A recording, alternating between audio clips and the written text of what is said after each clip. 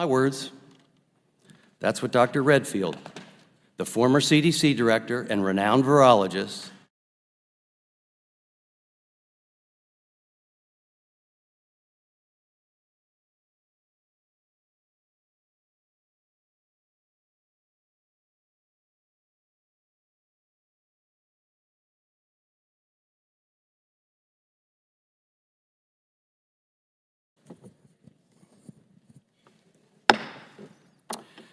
the Select Subcommittee on the Coronavirus Pandemic will come to order. Welcome, everyone. Without objection, the chair may declare recess at any time. Pursuant to Rule 7D of the Committee on Oversight and Accountability, and at the discretion of Chairman Comer, Mr. Jordan, a member of the full committee, may participate in today's hearing for the purposes of questions. Pursuant to Rule 9D, of the Committee on Oversight and Accountability, and at the discretion of the chair, the Select Subcommittee may recognize staff for questions for a period not to exceed 15 minutes per side after all members that wish to be recognized have been. I now recognize myself for the purpose of making an opening statement. Today, the Select Subcommittee is holding a hearing to examine the drafting, publication, and critical reception of the publication entitled The Proximal Origin of SARS-CoV-2. Proximal origin came to two primary conclusions. First, that COVID-19 is not a laboratory construct or a purposefully manipulated virus. And second, that no type of laboratory-based scenario is plausible. This is not an attack on science.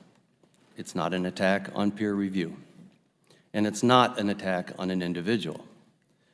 We're examining whether government officials, regardless of who they are, unfairly and perhaps biasly tip the scales toward a preferred origin theory. We're examining any conflicts of interest, biases, or suppression of scientific discourse regarding the origins of COVID-19. And we're examining the science of proximal origin. Because while I believe it's not solely a scientific question, the science behind the origins is vital. In one word, we're examining the scientific methodology applied to the origins question. In my mind, at this point, I view the processes to be flawed. If we're to do better in the future, we must make every effort to mend our flaws. And overall, we're examining whether scientific integrity was disregarded in favor of political expediency, maybe to conceal or diminish the government's relationship with the Wuhan Institute of Virology, or perhaps its funding of risky gain-of-function coronavirus research, or maybe to avoid blaming China for any complicity, intended or otherwise, in a pandemic that has killed more than 1 million Americans and has had a crushing effect on all of humankind.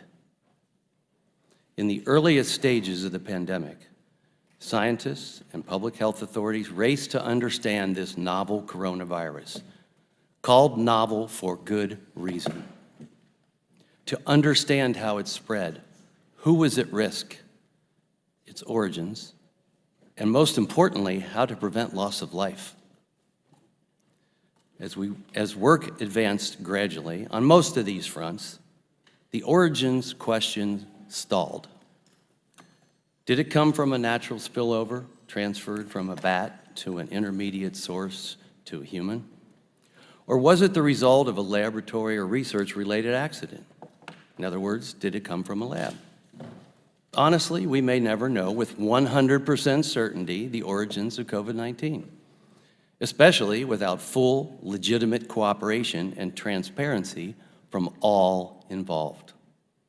However, we do know some things for certain, that the drafting, coordination, and publication of proximal origin and downplaying the lab leak was antithetical to science. Not my words. That's what Dr. Redfield, the former CDC director and renowned virologist, testified to our Select Subcommittee in March. He testified that Science never selects a single narrative. We foster debate, and we're confident that with debate, science will eventually get to truth. Did we do that? That wasn't the case with proximal origin. Dr. Anderson, testifying today, wrote that the author's main work over the past couple of weeks have been focused on trying to disprove any type of lab theory. While it's true that the scientific method consists of raising a hypothesis and then testing the hypothesis, often through falsifiability, it's not true nor appropriate to make definitive conclusions based on falsification process, riddled with assumptions. Assumptions are not science. To be clear, the goal of science is to prove and disprove. Regardless, it would be seemingly misleading to assume that proximal origin proved or disproved anything it sought to test. Its conclusion is flawed as it relies on unsupported assumptions, including guessing what a hypothetical scientist would do in hypothetical experiments. The facts are that the authors of Proximal Origin ultimately took a one-sided educated guess. They guessed that in the previous 3 years, science would discover a furin cleavage site in a SARS-related virus or viruses, and didn't. They guessed that maybe the WIV, Wuhan Institute of Virology, wasn't working with pangolin viruses, and they were wrong, as related by ODNI, the Office of the Department of the Director of National Intelligence. Perhaps most troubling, it appears that the author's views on a potential lab leak changed abruptly after the February 1st conference call with Drs. Fauci and Collins. The authors continued their pursuit to disprove the lab leak theory and fully support the nature theory, employing faulty assumptions and willfully ignoring circumstantial evidence that tended to support a lab leak hypothesis. Why? Why? They also tended to act more akin to politicians than scientists. Dr. Rambo, Dr. Fauci, Dr. Collins all expressed concerns that the lab leak theory, if verified, would have significant international political implications, particularly for China. Dr. Fauci also wrote that downplaying a lab leak would limit the chance of new biosafety discussions that would unnecessarily obstruct future attempts of virus culturing. These are quotes. Why try to avoid biosafety discussions when people are dying? Science should be clear, even when politics are not. On April 16, Dr. Collins expressed dismay that proximal origin didn't fully squash the lab leak theory and asked Dr. Fauci if there was anything more they could do to put it down. I want to pause on anything more we can do for a second. That would suggest that they already did do something. Maybe this was a reference to proximal origin. I don't know for sure. But on the very next day, on April 17, 2020, Dr. Fauci cited proximal origin from the White House podium when asked if COVID-19 leaked from a lab. He used proximal origin to downplay the lab leak theory. Why? Based on what absolute truth? The question as to the origins of COVID-19 is fundamental to helping us predict and prevent future pandemics, protect our health and our national security, and prepare the United States for the future, and to save lives. I look forward to a strong, on-topic discussion today. I would now like to recognize Ranking Member Ruiz for the purpose of making an opening statement. Thank you, Mr. Chairman, and thank you to our witnesses for being here today 3 years ago, when reports emerged of a deadly, highly transmissible novel virus, the race to better understand this threat and how we could fight it began. Scientists, doctors, and public health officials from across the globe sought to answer key questions like how the virus spread, how it would impact our most vulnerable, and what we could do to treat it. While now we have those answers, one mystery remains unsolved. How did this virus even come to be in the first place? Since the first outbreak of COVID-19, researchers in the scientific community have worked tirelessly to get to the bottom of this very issue. Our intelligence community has conducted a sweeping assessment of the novel coronavirus's origins at President Biden's direction. So let me just remind everybody here, there is currently no consensus on how this virus came to be. Whether it came from a lab or from nature is still unknown. 2 federal agencies still assess with low and moderate confidence that the virus originated in a lab, and 4 government agencies still assess with low confidence that the virus came about through natural transmission. While the facts remain unknown, we should let our expert communities continue to do their jobs while we as lawmakers focus on policies to help prevent the next pandemic and save future lives. But instead of doing that, we are here interrogating researchers who wrote a paper 3 years ago so that my colleagues can push a partisan narrative and disparage our nation's public health officials and institutions in the process. So let's just be clear. This isn't about building trust in public health and science. No, it's about tearing it down, about manufacturing a problem and manufacturing distrust to justify an extreme partisan agenda. It's about scoring political points by maligning public health officials who worked tirelessly throughout the pandemic to reduce harm and save lives.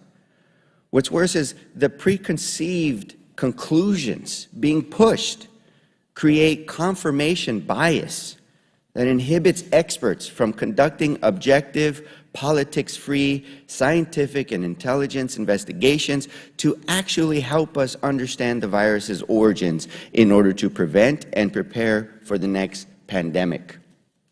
Nearly 5 months have gone by since the start of this select subcommittee.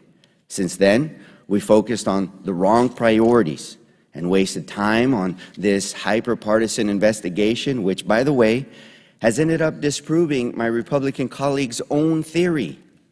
So let's go over the facts. The crux of their theory rests on a February 2020 conference call where they say Drs. Fauci and Collins began a campaign to suppress the lab leak theory.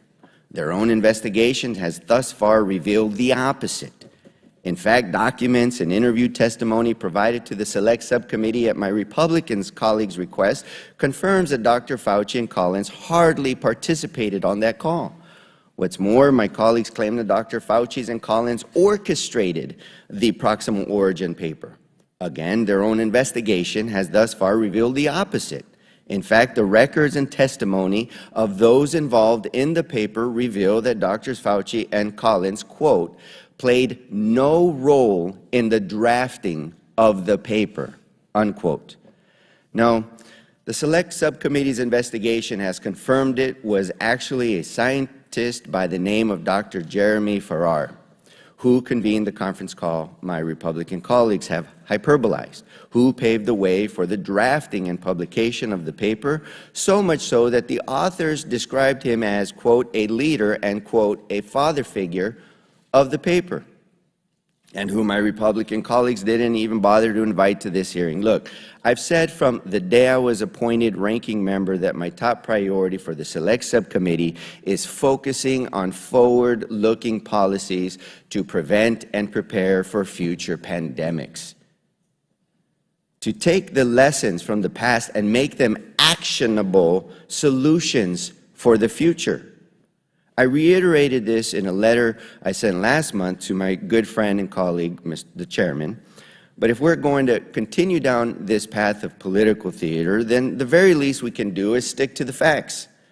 That is why my Democratic colleagues and I released our own report this morning detailing the evidence the Select Subcommittee has received so far that dispels these baseless allegations against Dr. Fauci and Dr. Collins.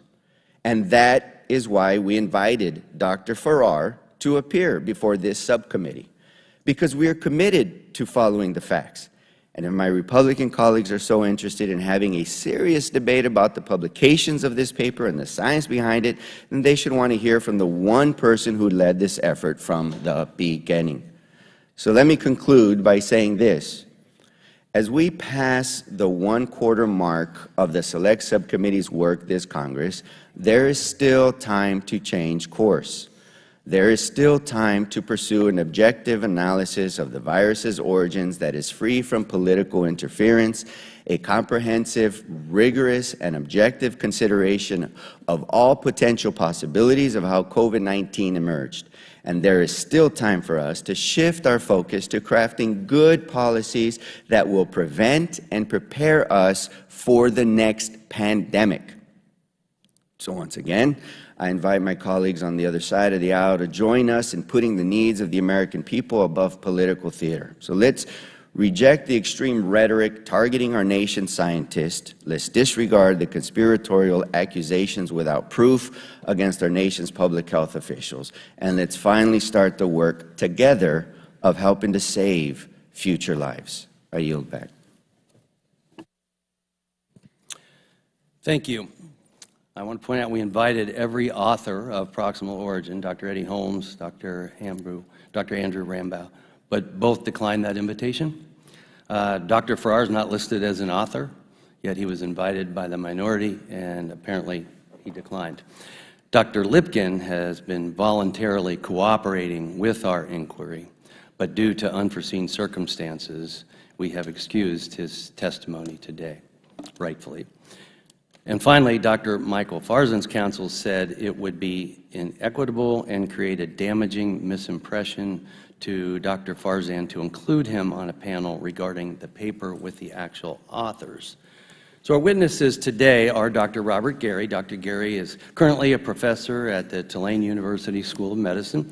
He holds his doctorate in microbiology from the University of Texas, and he is an author of the Proximal Origin paper.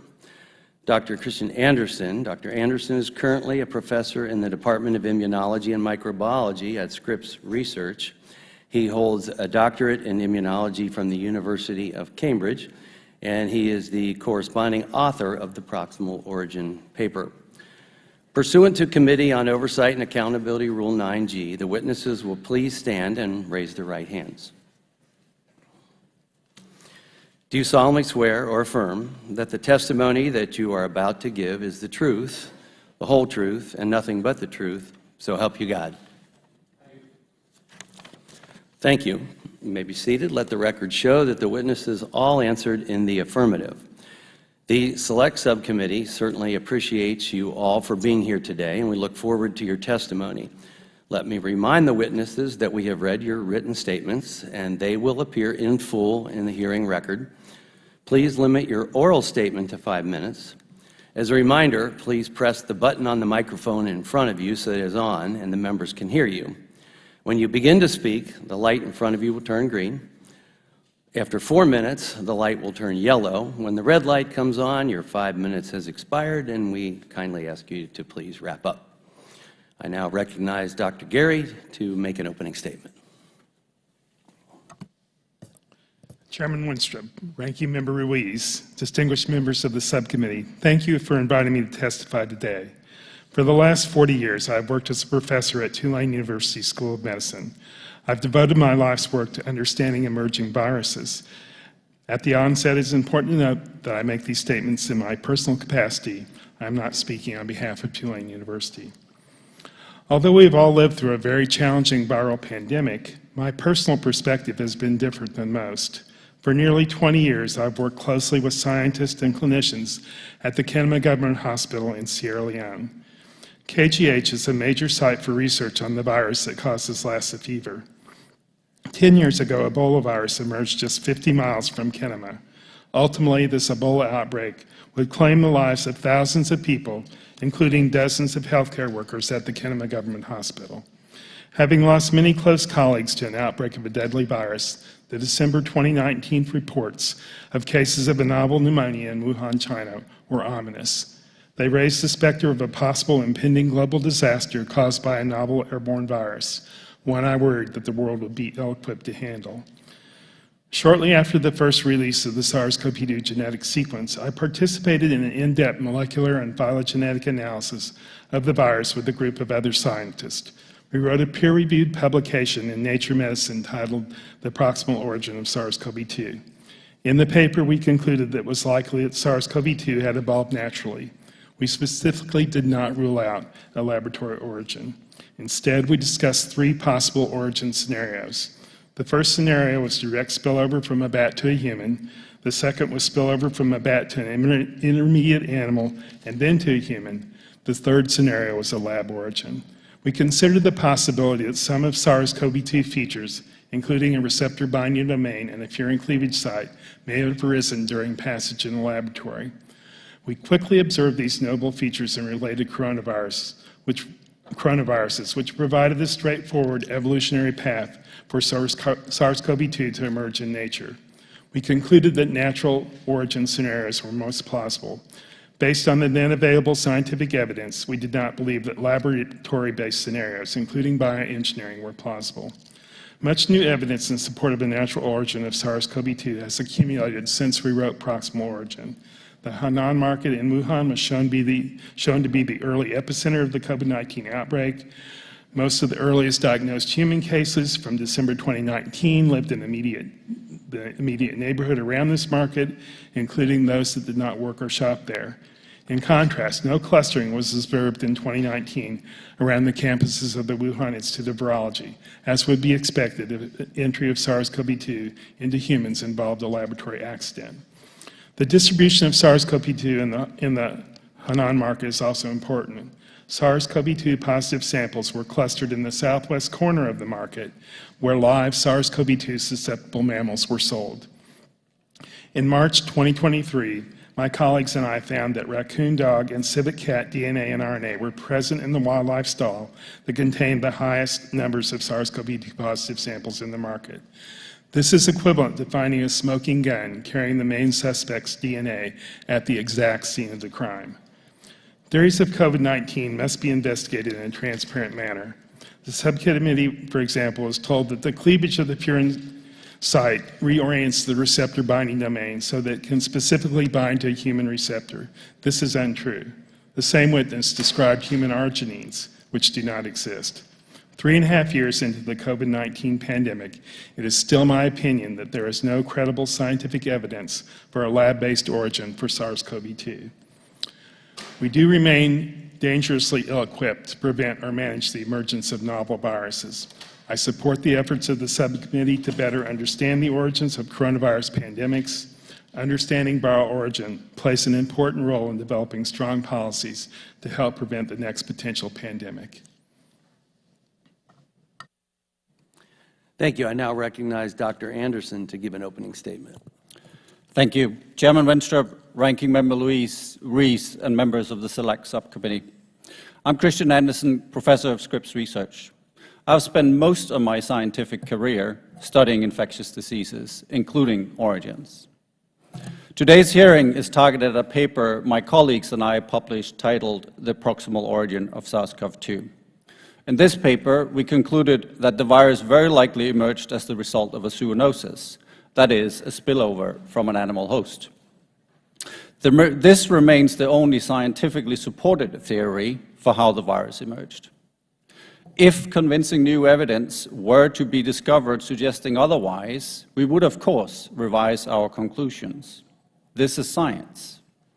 My initial hypothesis was that SARS-CoV-2 was likely an engineered virus. This was based on limited data and preliminary analyses where I had observed features that appeared to be unique.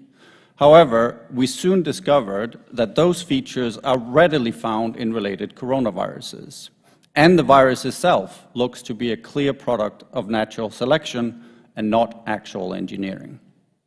Allow me to briefly outline how we went from these early hypotheses to later conclusions.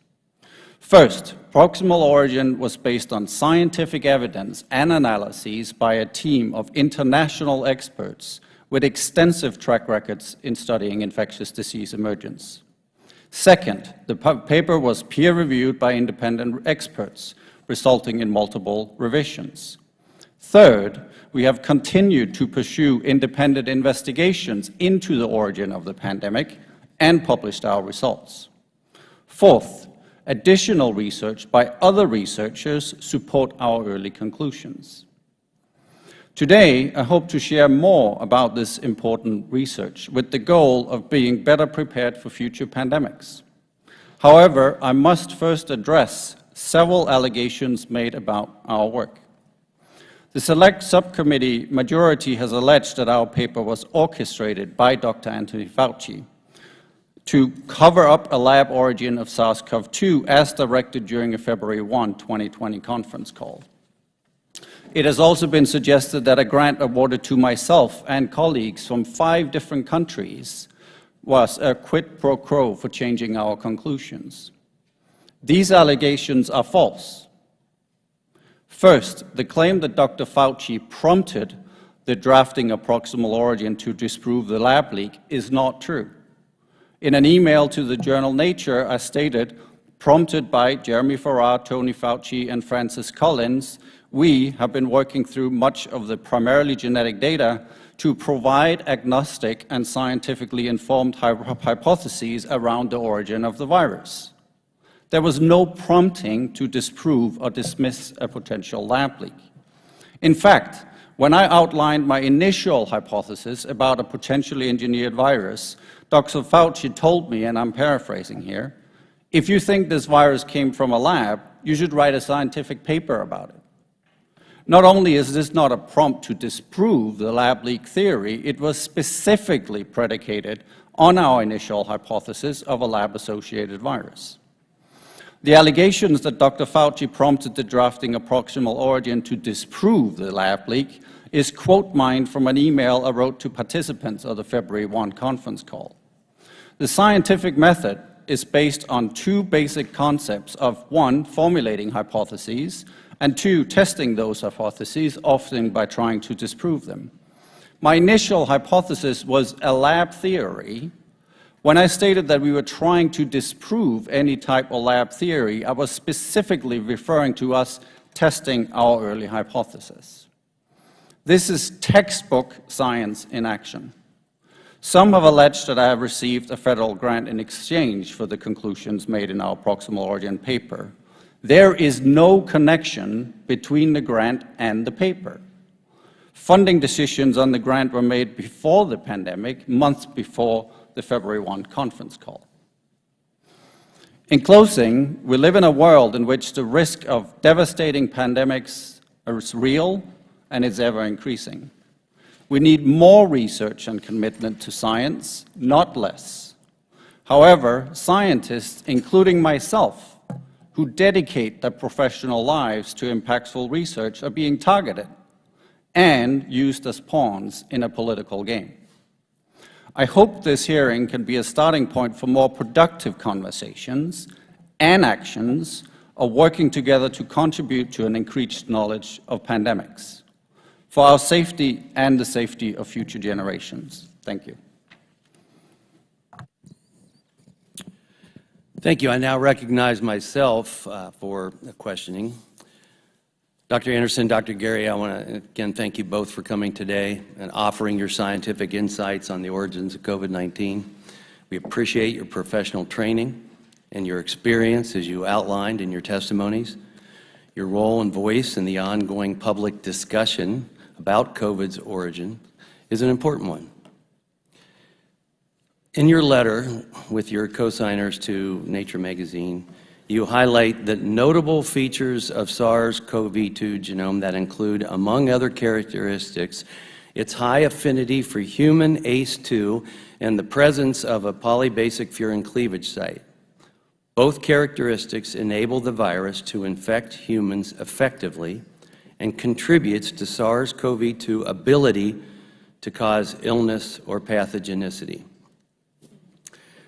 Your letter or opinion piece published in Nature magazine in April of 2020 also indicates that some pangolin coronaviruses exhibit strong similarity to SARS-CoV-2 in the receptor binding domain, including all 6 key RBD residues. Your letter also states that this feature is found in some Malayan pangolins imported to Guangdong province. You have stated that pangolins may have played some role in the recombination event that led to the COVID pandemic. Is that correct? That is not correct. I don't think pangolins have played a role in the pandemic per se. The fact that we find similar viruses in pangolins and there is a recombinant history of the virus themselves, however, that recombinant history is very likely in bats. Thank you. not Dr. actually Gary? In pangolins. So I agree. I don't think there's a direct route from a pangolin to SARS-CoV-2.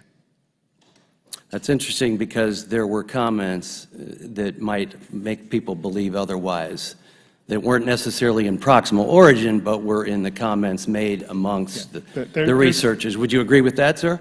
I would agree with that, but there's been a Thank lot you. of extra work since then. Thank you. There has been. There has been a lot of extra work since 3 years ago. I would agree with that. And I think we should all be open-minded to that extra work. So is it correct to say that in order for a recombination of coronaviruses to occur, that the susceptible animals, such as a pangolin, and the reservoir or host for the virus have to be in close physical contact, and that the recombination events happen within the same subgenus of virus? Would that be correct? That is incorrect. As I already stated, those recombination events likely happens in bats, not actually in pangolins. Well, there's been discussion about it coming from a pangolin. And I'm curious how a pangolin coronavirus found in Guangdong province could swap genes with susceptible animals in Hubei province. There's no reason to I'm not suggest- asking you a question right now, Dr. Anderson. Let me just finish my statement, please. We cannot conduct this in this manner, but I will let you speak. Because I'm making a scientific point here based on some of the discussions that I saw take place between the members of the authorship, okay? And I'll give you your chance to rebut it, because we want the truth, and we want to know the scientific process, and we want to have the scientific discussion, not talking over each other, but actually having a discussion. Is that fair? That is fair. Okay.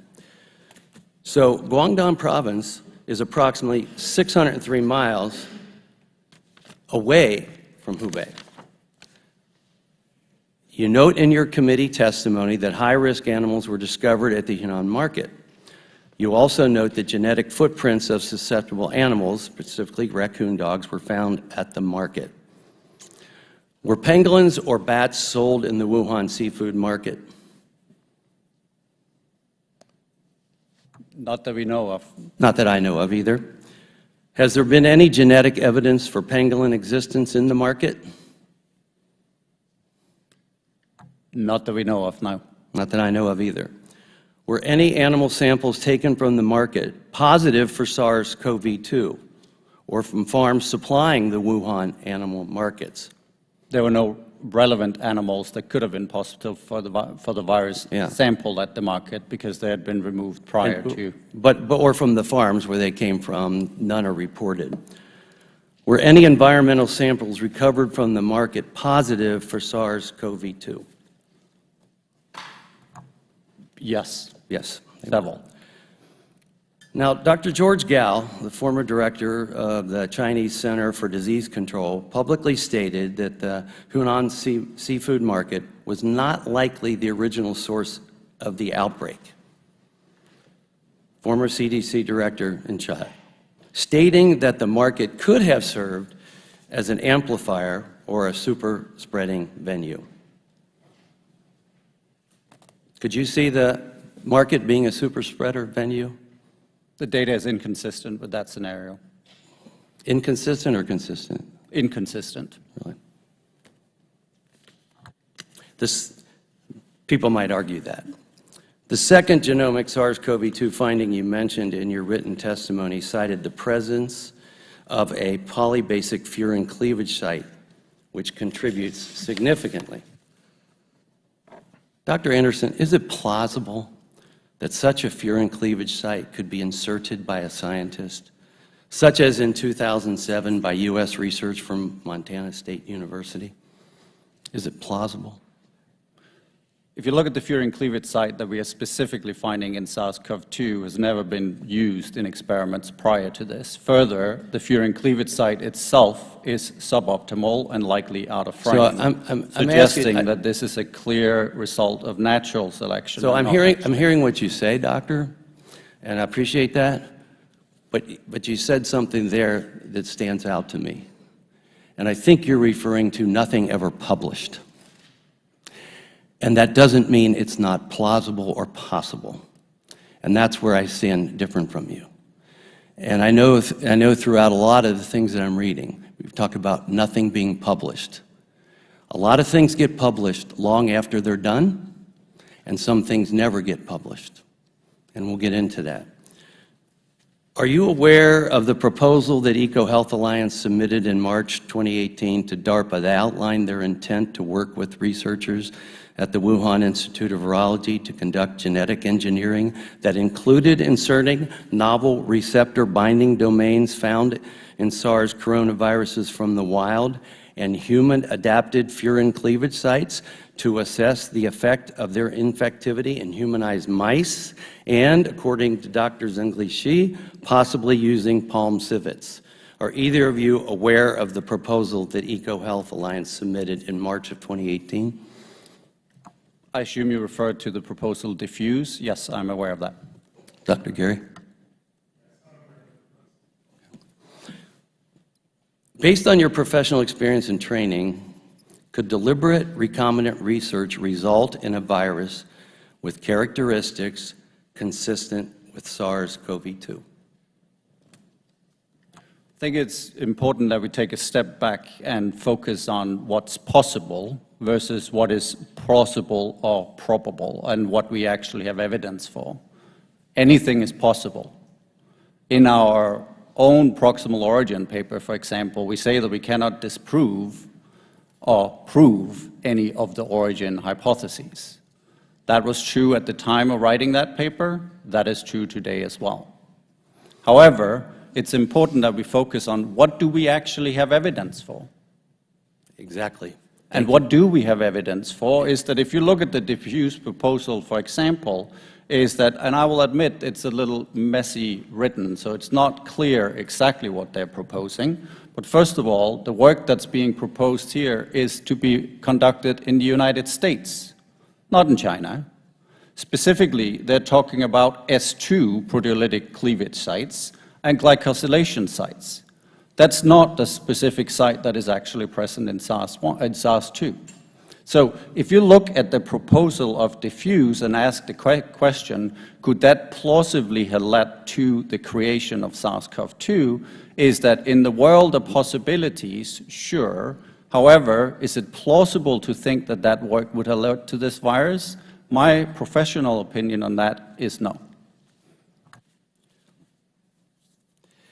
You mentioned something, and I'm not saying this in some kind of an arrogant way,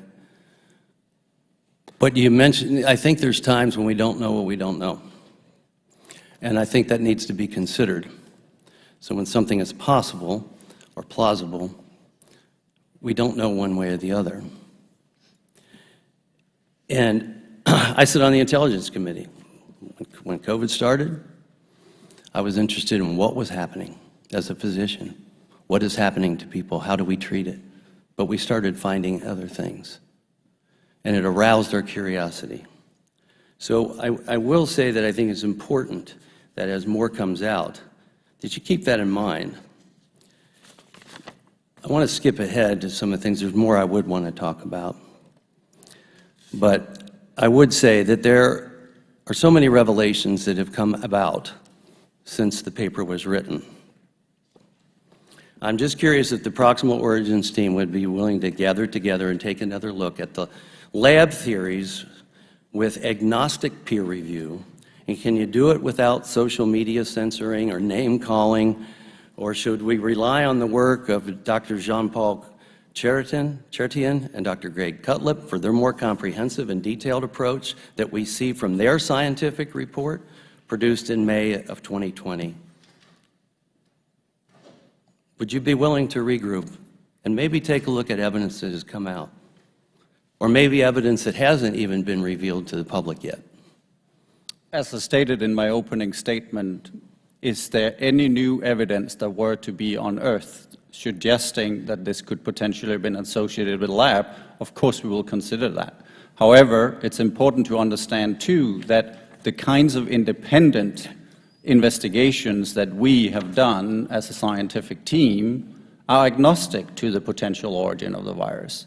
We're simply looking at the virus itself, we're looking at early cases, we're looking at positivity of the samples, and those just happen to cluster around a particular market linked directly to the billion-dollar wildlife trade in China. That's an agnostic view of what does the evidence actually tell us. Dr. Gary, in answer to my question. Your microphone. Of course, we're willing to look at new evidence. I appreciate that. I now recognize the ranking member, Dr. Reese from California, for 5 minutes of questions.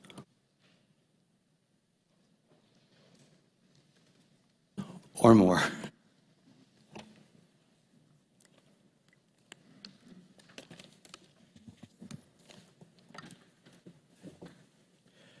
For more than 5 months, under the guise of investigating the origins of the novel coronavirus, the Select Subcommittee has scrutinized the drafting and publication of the Proximal Origin paper.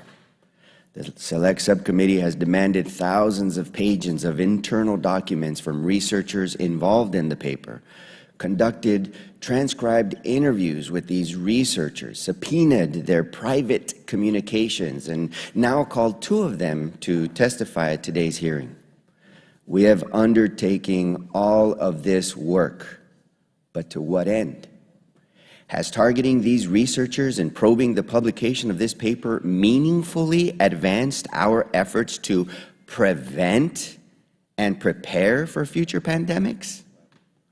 Or has it been about fishing for evidence to prove their confirmation bias, their theories, with the goal of advancing a predetermined partisan narrative targeting Dr. Fauci, Dr. Collins, and our nation's scientists and public health officials? Dr. Anderson, let me ask my first question to you. In your view, as a leading virologist who studies emerging pathogens, has the Select Subcommittee's examination of your paper done anything to prevent and prepare our nation for the emergence of future novel viruses? Not to my knowledge, no. Okay. Dr. Gary, same question to you. Has the Select Subcommittee's examination of the Proximal Origin paper done anything to prevent and prepare our nation for the emergence of future novel viruses? Not to this date. Okay. When I joined the Select Subcommittee as ranking member, I hoped that we could work together on the challenging but critically important mission of identifying forward-looking solutions to prevent and prepare for future pandemics. You know, I'm an emergency medicine physician. I want actionable items to do something that will help relieve pain, suffering, and save lives. I take that doctor's approach in my work in Congress, and I want to do meaningful work that will help save lives, prevent a future pandemic, and prepare for the future pandemic. And this included taking a serious look at whether SARS-CoV-2 emerged from a natural zoonotic transfer or from a research-related incident, so that we could propose substantive policies to prevent the emergence of the next deadly novel airborne virus. But instead of examining this question seriously and objectively, the Select Subcommittee has so far only leveraged it to target our nation's scientists and to vilify our nation's public health officials. And in doing so, the Select Subcommittee has undermined the critical mission of preventing and preparing for future pandemics. As a result of unproven conspiratorial accusations without proof, like those suggesting Dr. Fauci and Dr. Collins covered up the origins of the COVID-19 pandemic, trust in science in our nation's public health institutions has suffered. The Pew Research Center found that fewer than 3 in 10 Americans have a great deal of confidence in scientists to act in the public's interest. So while manufacturing of distrust is largely happening along party lines, it will hurt us all in our public health in the long run, whether you are Republican, Democrat, or Independent. And we are already seeing the consequences. For example, threats against scientists and public health officials have surged in the wake of these accusations, which could have long-term impacts on our ability to cultivate a strong and growing workforce to protect our public health, to work during the next pandemic. Dr. Anderson, you've been the subject of these threats. Could you please describe the threats and harassment you've experienced since the publication of the Proximal Origin paper? I'll say the paper itself has not resulted in threats. However, the misinformation, disinformation, and conspiracy theories around the paper have resulted in significant harassment and threats, including everything from typical targets on social media, to emails, to telephone calls, to my office, to my own phone, to death threats. Can you give an example of one of those death threats to you and yours? Of course. One example, for example, will be online where there are so-called kill lists. And I have found myself on those lists together with my co-authors, together with many other colleagues involved in anything from origin research to vaccine research. For example, Peter Hotez has been a frequent target of many of these same And do they threats. say why they want to harm you?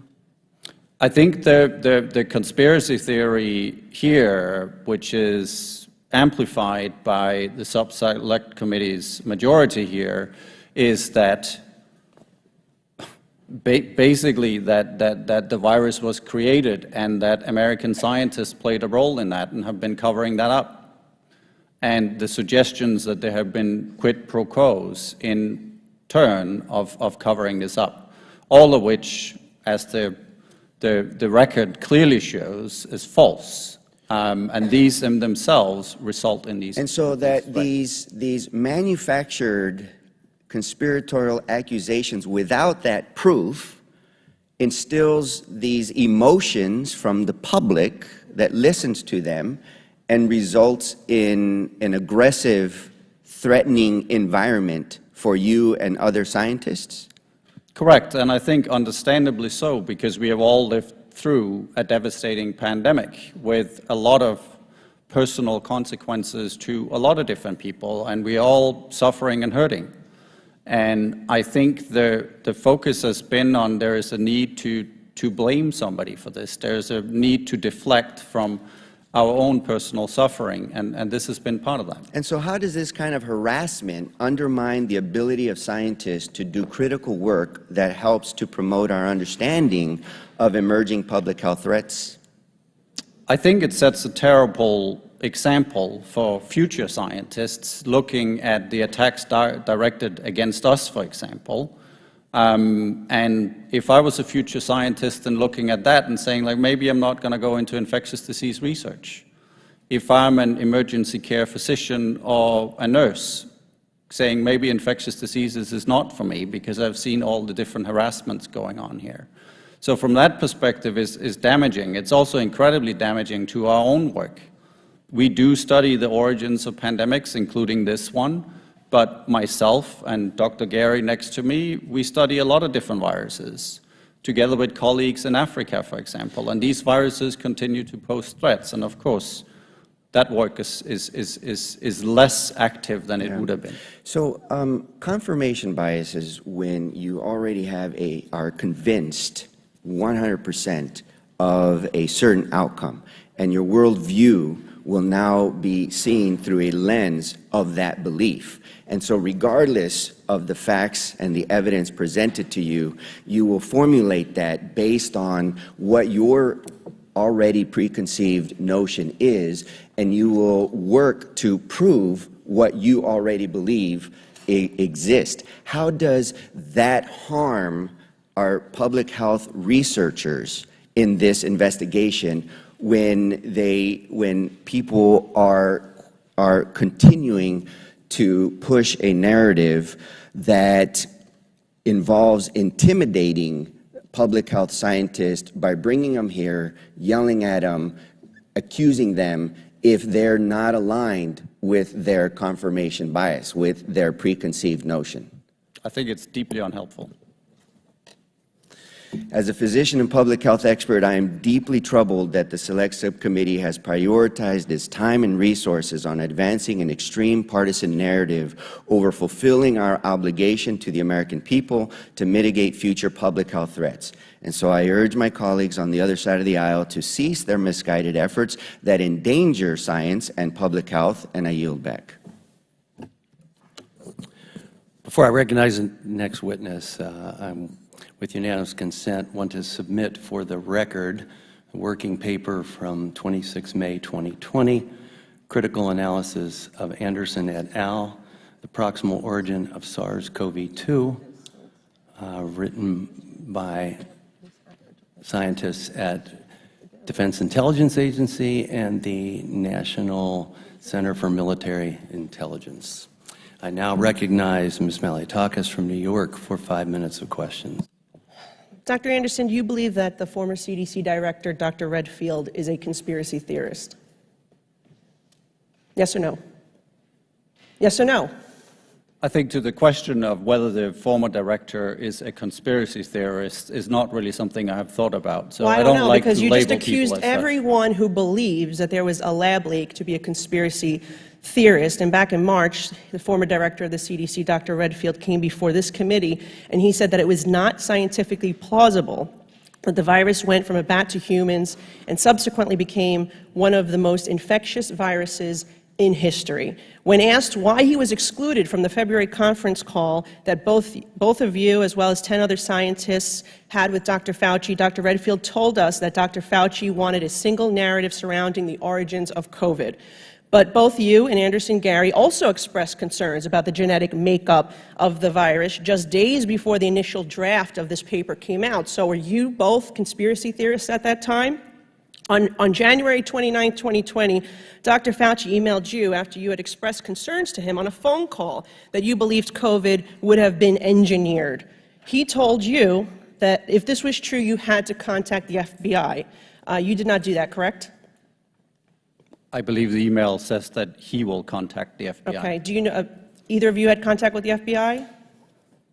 Yes or no, to your knowledge? At the time, no. Okay. But then you reaffirmed those engineering concerns in an email to Dr. Fauci, which you say the unusual features of the virus make up a really small part of the genome, and that after discussions earlier today, Eddie, Bob, Mike, and myself all find the genome is consistent with expectations from evolutionary theory. Again, were you a conspiracy theorist at that time? And did you share these same concerns on the February 1st conference call? Because Dr. Gary went so far as to say, quote, I really can't think of a plausible natural scenario when you get from the bat virus or one very similar to it, COVID-19, where you insert exactly 4 amino acids, 12 nucleotides, and all have to be added at the exact same time to gain this function. I just can't figure out how this gets accomplished in nature, unquote. So then, within a matter of days, something changed. And that's what this committee is trying to get to the bottom of. What happened within that 3-day period between the conference call and the paper that all of a sudden you did a 180 and it couldn't possibly come from a lab, or maybe, but you're all saying that, you know, this was by sure from nature. What happened in those 3 days?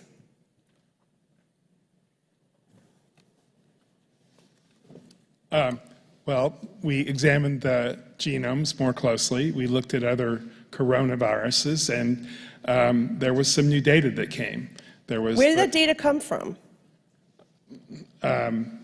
the scientific literature, you know, the publication of the pangolin genomic sequence showed that there was a receptor binding domain that was very close to the... And exactly what my colleague here brought up. Yes, exactly. Okay, and it was a very interesting. important piece of data because it showed that a lot of the theories about, you know, the virus having been engineered or put together in a laboratory were not true, because here was a virus in nature that had a receptor binding domain with exactly the same structure.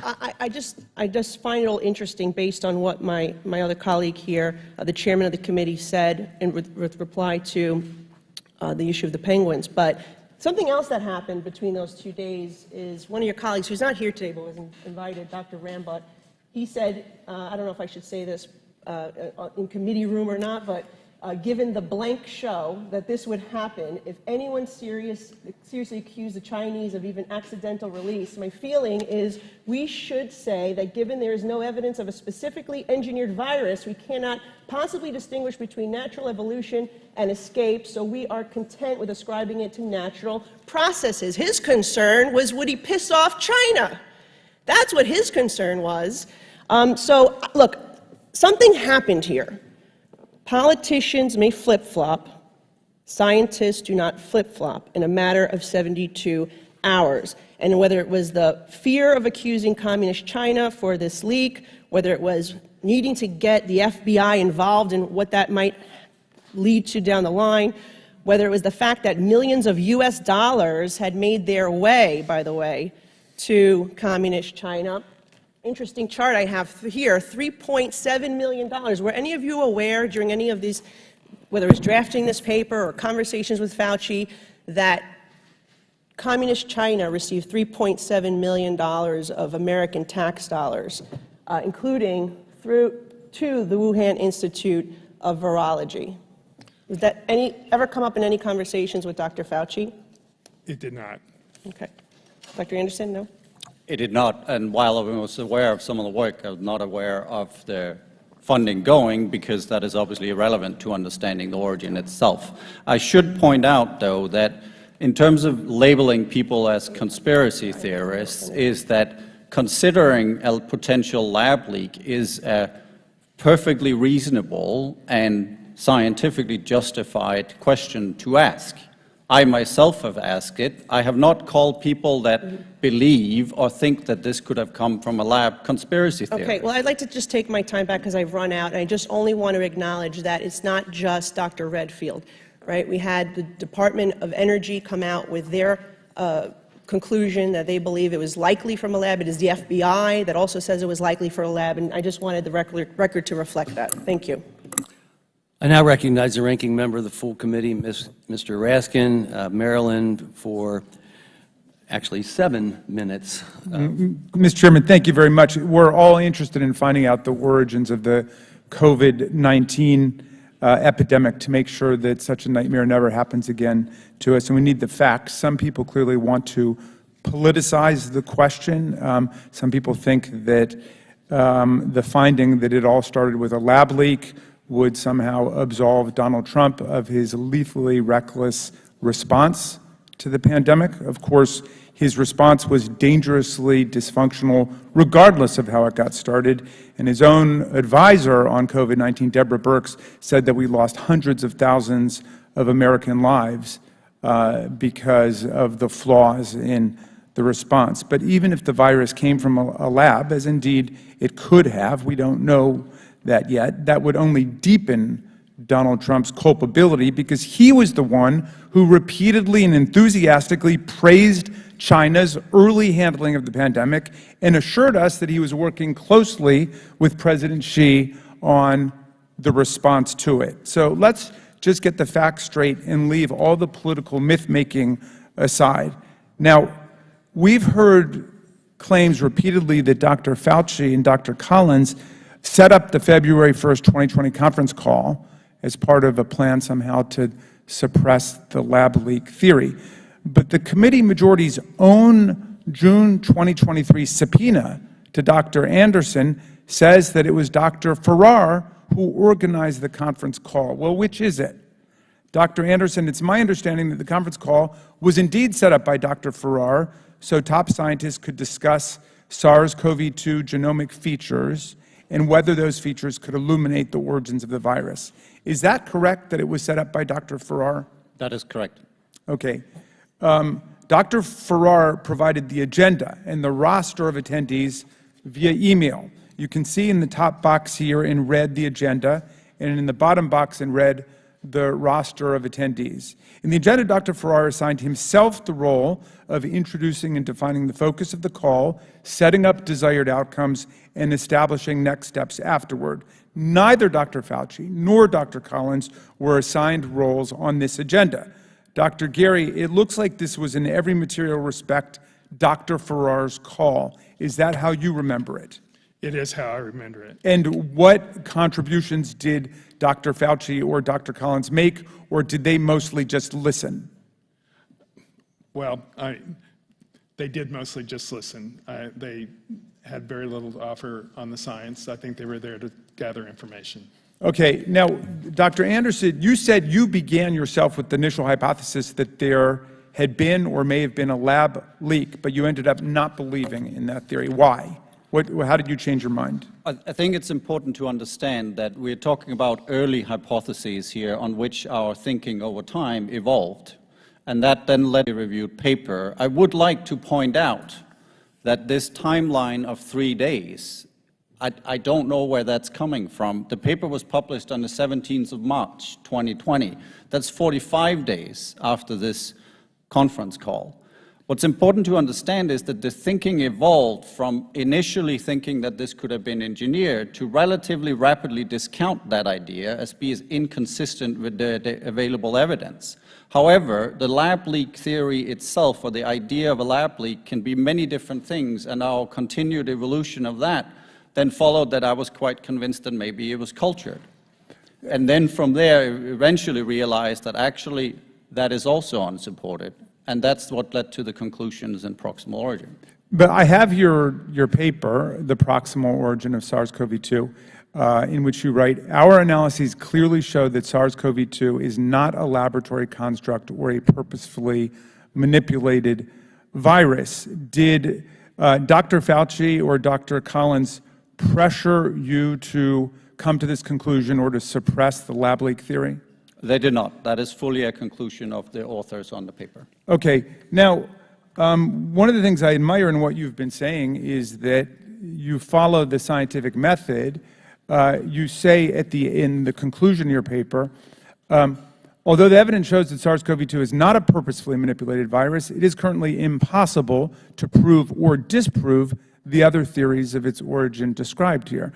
In other words, we fundamentally don't know, but have there been papers following your original paper that have caused you to revise the view that you have now and to go back to your original hypothesis? No, but I will say there has been additional data and analyses, which obviously we have taken all of those into consideration. However, these early conclusions remain to this day. Okay. Well, let's move on to an email that you sent to your co-authors. You wrote, and this has been, I think, much misunderstood. Our main work over the last couple of weeks has been focused on trying to disprove any type of lab theory. Now, you explained in your opening statement that you meant pursuing the scientific process by which you have an hypothesis which stands unless it's disproven. Is that right? Is that what you meant by that?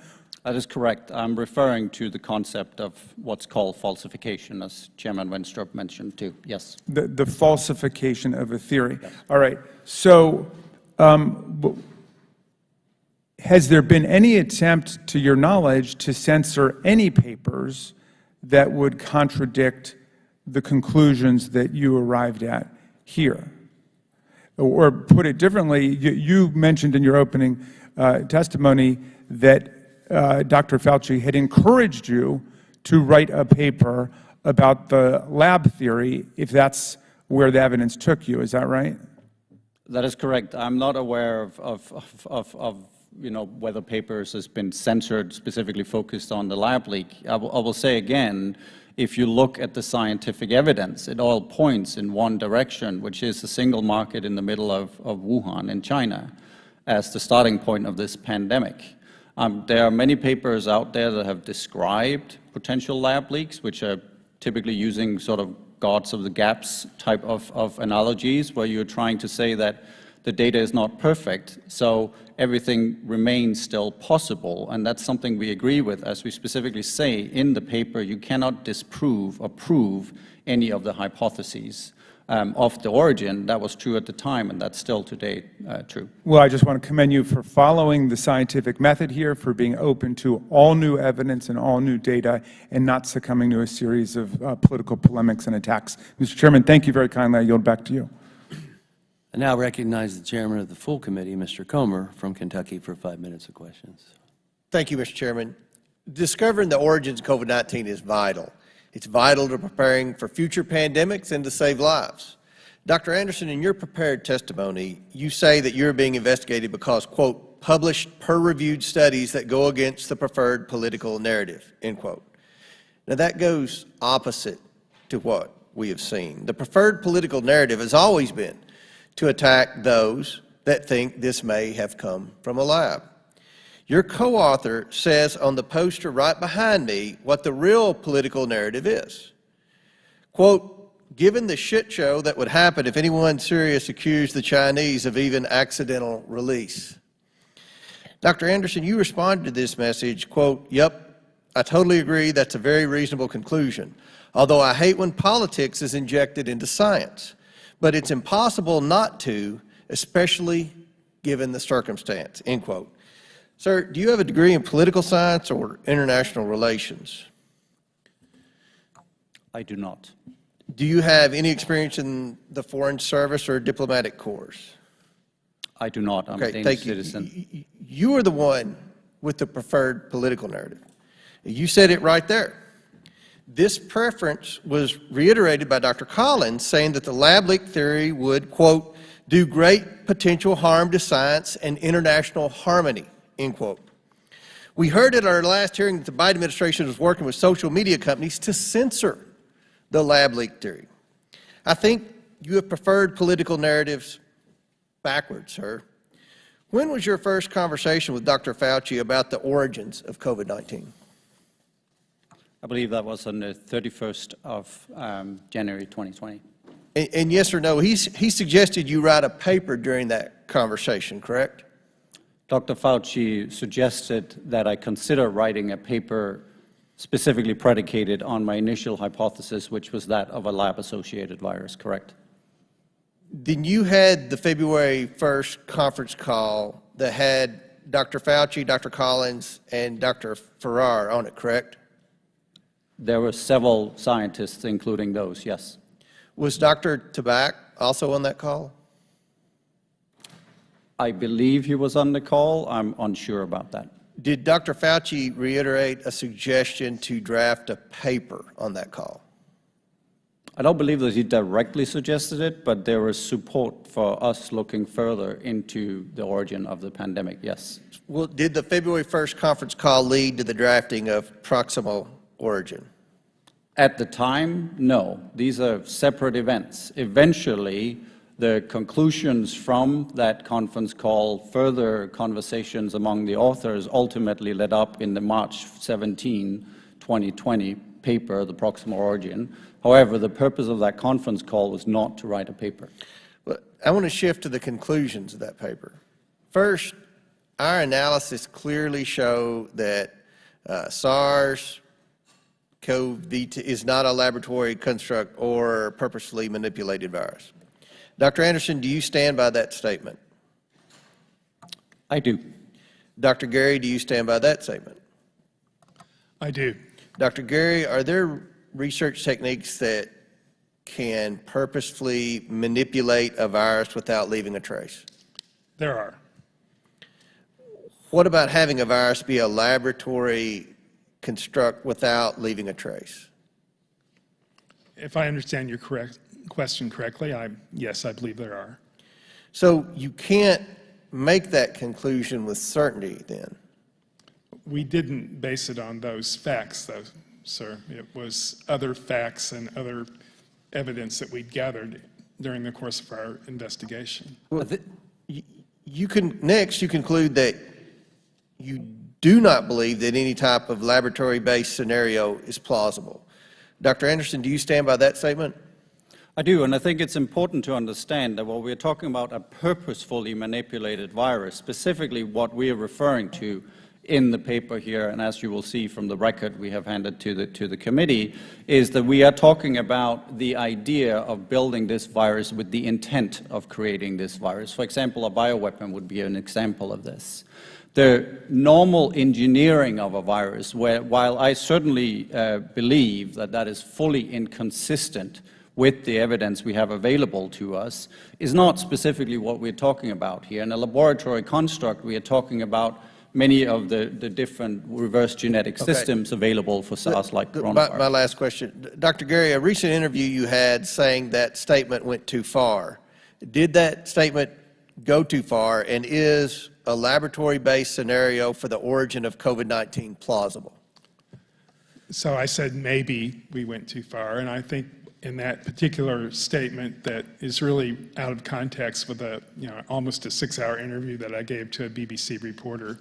We were talking again about the scientific method, and I'm simply just referring to the fact that we were early at the time in the analysis, and that yes, we would change our minds if other evidence, other data came forward to support another theory.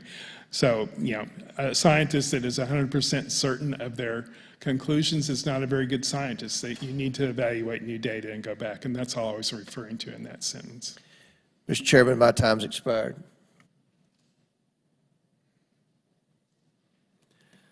I now recognize Ms. Ross from North Carolina for 5 minutes of questions. Thank you very much, Mr. Chairman.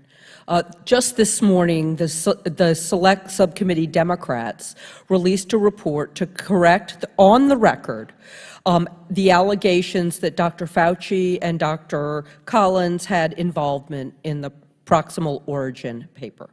And but my colleagues on the other side of the aisle have made allegations today, unsupported allegations, that I believe misrepresent who did what for the paper and why. From what I understand, again, this all started on February 1st, 2020, in a conference call where some virologists and scientists, including those from outside of the United States, got together to discuss a novel coronavirus and make an analysis of its genomic features. Dr. Anderson, is it accurate to say that because this was not their area of expertise, Dr. Fauci and Dr. Collins attended the call with the goal of hearing what you and other experts, including your eventual co-authors, thought of the virus's genomic features? That is correct. And in the period following the call, you and your co-authors began to work on what would become the Proximal Origin paper. Is that correct? That is correct.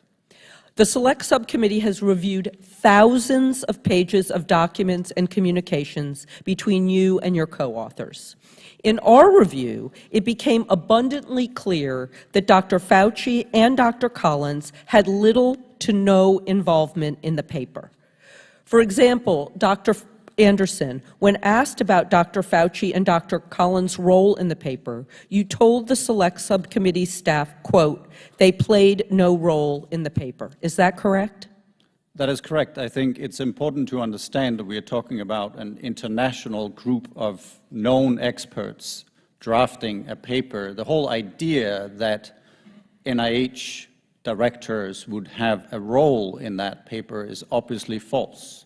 So it is true to say that, yes, they played no role in this paper. Of course, they appear to have been interested in the paper because they were interested as non-experts in the conclusions and the research itself. Thank you. In my remaining time, let me turn to you, Dr. Gary. In the final stages of drafting the paper, you sent an email to your co-authors stating, quote, Jeremy Farrar, you were referencing him, had been an amazing leader. You also told select subcommittee staff that Dr. Farrar played a substantive advisory role throughout the drafting of the paper. Is that correct? That is correct. And did Dr. Fauci or Dr. Collins ever influence the conclusions drawn in your paper? Not in any way. So it seems to me, when we don't have the cameras rolling, even my Republican colleagues might concede that Dr. Fauci and Dr. Collins did not organize or facilitate the proximal origin, and that Dr. Farrar did instead. For example, on March 5th, 2023, Select Subcommittee Republican staff memo stated, and I quote, Dr. Farrar led the drafting process of the proximal origin paper. And the subpoena my Republican colleagues issued as part of this investigation last month acknowledges that Dr. Farrar, quote, organized the February 1st, 2020 conference call that they allege led to the proximal origin paper. These findings underscore the fact that scientific rigor, especially in the face of global health emergencies, requires international cooperation among experts in the field. Epidemiologists, virologists, doctors, and public health experts like Dr. Fauci and Dr. Collins must be included in the discussions concerning how we investigate and respond to pandemics. However, just their cooperation and inclusion is not evidence of collusion or secrecy. It's simply the way the scientific process works. This kind of coordination enables us to have accurate information, strong lines of communication, and ultimately helps us save the most lives. Thank you, Mr. Chairman, and I yield back. I now recognize Dr. Miller Meeks from Iowa for 5 minutes of questions.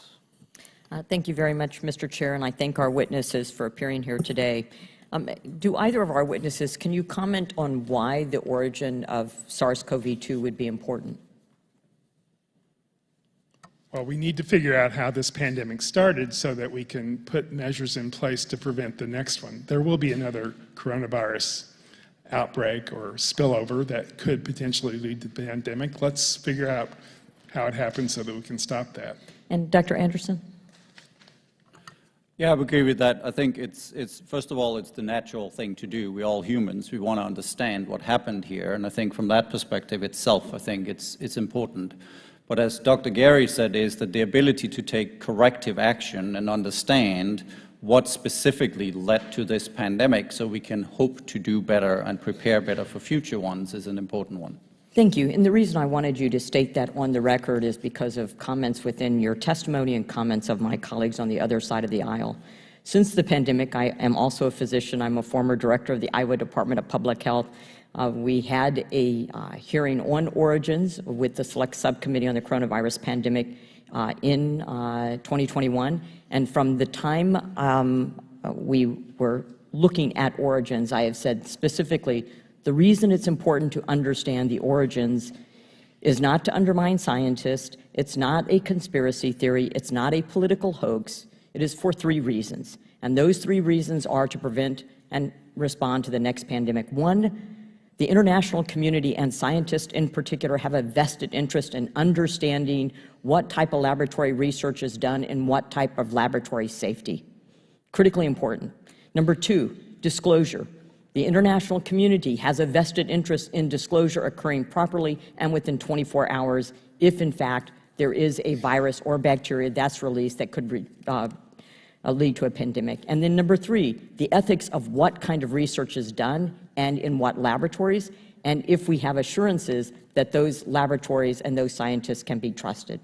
So my colleague mentioned that it was natural to have collaboration and to get information from various scientists around the world, and I would agree with that.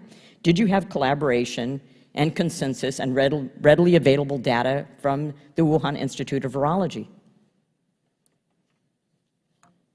Only what was in the public domain. Dr. Gary? Same answer. Okay. I would also like to point out that when you have a phone call and 4 days later a paper is presented, and as you said, you're looking at data, when did you put the paper up submit it for publication? 17th of February. Okay, but yet there was changes to that paper, or changes, as you both have said and stated within your testimony, that you got information which led you to believe that it was improbable or that a laboratory leak was not available. So it seems to me the paper was constructed and then sent for publication, and then data came out after that. So specifically, in reference to the paper, one of the referees said there are 2 recent reports about coronavirus in pangolins. The authors might want to comment on these. Dr. Anderson, you stated, we have included these references as well as several others that have investigated pangolin cov. In addition, we should point out that these additional pangolin cov sequences do not further clarify the different scenarios discussed in our manuscript. There is nothing in these reports that changes our statements regarding a potential role of pangolins. Then you also, a second referee asked another question that says, they're surprised that you did not hypothetically refute a lab origin. And once the authors publish their new pangolin sequences, a lab origin will be extremely unlikely. Your response was, our manuscript is written to explore the potential origins of SARS-CoV-2. We do not believe it is speculative. Unfortunately, the newly available pangolin sequences do not elucidate the origins of SARS-CoV-2 or refute a lab origin. Hence, the review is incorrect on this point. There is no evidence on present data that the pangolin CoVs are directly related to the COVID-19 pandemic. Yet, in your paper, you dispute and consider highly improbable, supposedly having new data and information, highly improbable that SARS-CoV-2 emerged through laboratory manipulation. I'm not suggesting that laboratory manipulation was deliberate or was a bioterrorism, but by your own statements, Dr. Anderson, it seems to me that you're actually saying that it's inconclusive whether or not this emerged accidentally or on purpose from a laboratory, or if there was manipulation, or if it came from science, despite the thousands of animals that have been looked at to see if it could have emerged. I think my time is up, and I think it's what we're finding today is that it's not as conclusive as you would like us to believe that it emerged through nature. Thank you, and I yield back. Now recognize Dr. Barra from California for 5 minutes of questions. Thank you, Mr. Chairman. First off, Dr. Gary, Dr. Anderson, thank you for being here. Physician, faculty member at UC Davis, was an associate dean there, and I appreciate, you didn't sign up for this, but I appreciate that you're here. And for all the scientists, doctors, and others that work through this pandemic, some of the abuse challenges that they've had to face, again, I apologize for that. As someone who has spent most of my time in Congress thinking about pandemic preparedness and global health security on national commissions, putting recommendations in place, traveling to Sierra Leone post the Ebola epidemic to try to get there, I understand how important this work is. I'm going to limit my comments to the topic today, which is proximal origin. If I go back to January of 2020, when we first started talking about this, Congress had its first briefing, I think in the third week of January in the CVC auditorium. At that point, I raised, and again, Dr. Fauci was one of the briefers, the importance of getting to the hot zone, getting our scientists, the best in the world, to Wuhan and to the hot zone to understand proximal origins. Obviously, that did not happen. So, there was appropriate criticism of how the Chinese were handling the early days of that pandemic.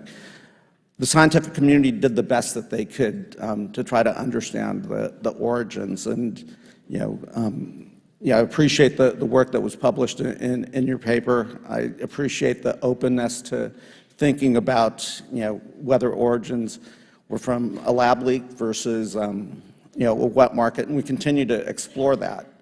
To my colleague, Dr. Miller-Meek's test, I agree with a lot of what she said. It is important for us to understand that and continue to try to gather information to understand it. But given that we may never reach a conclusion, I also want to be forward-looking. I think it's appropriate for this committee, because it is the vehicle we have as Congress, to look at lab security and lab safety and to think about recommendations, working with the scientific community, because this type of research is going to continue, and it's important for us to understand and prepare, not just for future pandemics, because we will see those pandemics in the future, but it also, there are biothreats around the world, there are bad actors around the world, and we have to be doing that research so we have appropriate countermeasures and the like. In addition, though, we shouldn't discount the theory that this emerged from a wet market, because we should also explore and work with the international community to prevent that type of leap from animals to humans, because we also know zoonotic transmission of viruses is bound to happen and is the origin of many new novel pandemics. Would both of you agree that we should be thinking about both of these, Dr. Anderson?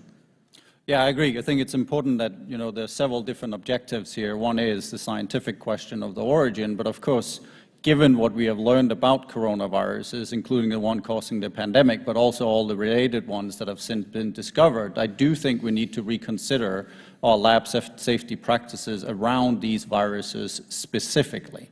And that's because of what we have learned during the pandemic. And that's an important discussion, too, that I totally agree with. Dr. Gary? Well, we certainly, as virologists, take lab safety very seriously. The very lives of my students and myself and others working around the laboratory depends on taking those issues very seriously. And there are very good guidelines in place. I agree with Dr. Anderson that we need to rethink some of those, given the potential threat of wild coronaviruses coming over. We should probably do all those studies at biosafety level 3 instead of lower biosafety levels. But those are logical things that the scientific community will put in place. Great. And again, I think that's where Congress should work with the science community and take guidance from the science community, as opposed to non-scientists in Congress dictating what might happen and what lab safety should look like.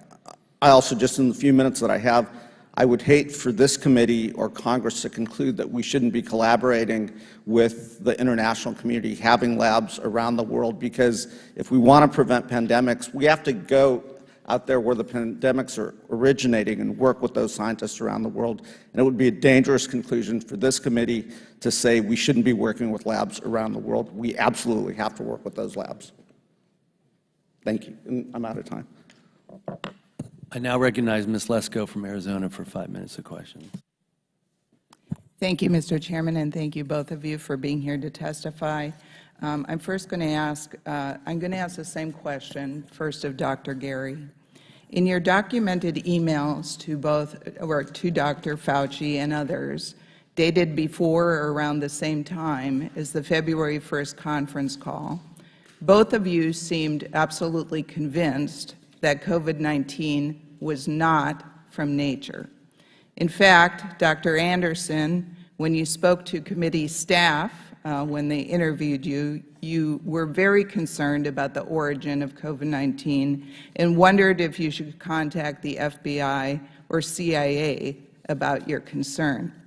Yet, on February 4th, 2020, which was 3 days after the conference call, Dr. Jeremy Farah sent an email to Dr. Fauci and Dr. Collins. It says, quote, "Please treat in confidence a very rough first draft from Eddie and team. They will send on the edited, cleaner version later, pushing WHO again today." Dr. Gary, is this the very rough first draft referring to the Proximal origin paper? It was a report that was going to go back to the original people on the teleconference. Were there elements in that report that we eventually incorporated into Proximal Origins? Yes, but it wasn't a draft of that paper per se. We hadn't even decided whether we were going to write one or not.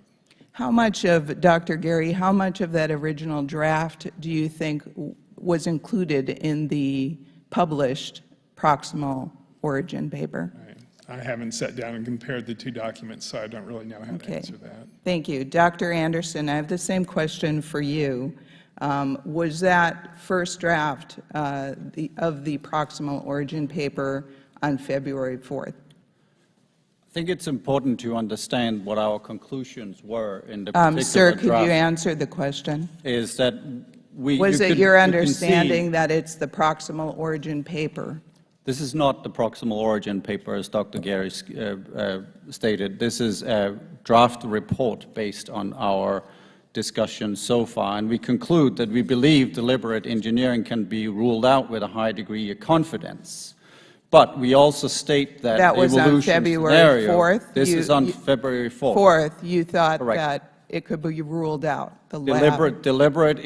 Oh, deliberate. Importantly, Okay. we talk about deliberate engineering. However, Got I it. want to point out that we also specifically mentioned that the current data are consistent with all three, meaning the three scenarios All that we right, described thank in the you. final paper. Dr. Gary, my next question, you told Congresswoman Malliotakis that there was new evidence she said, in the 3 days before your scientist team sent an initial draft of Proximate Origin. You said that that was not really the original draft, but had pieces of it.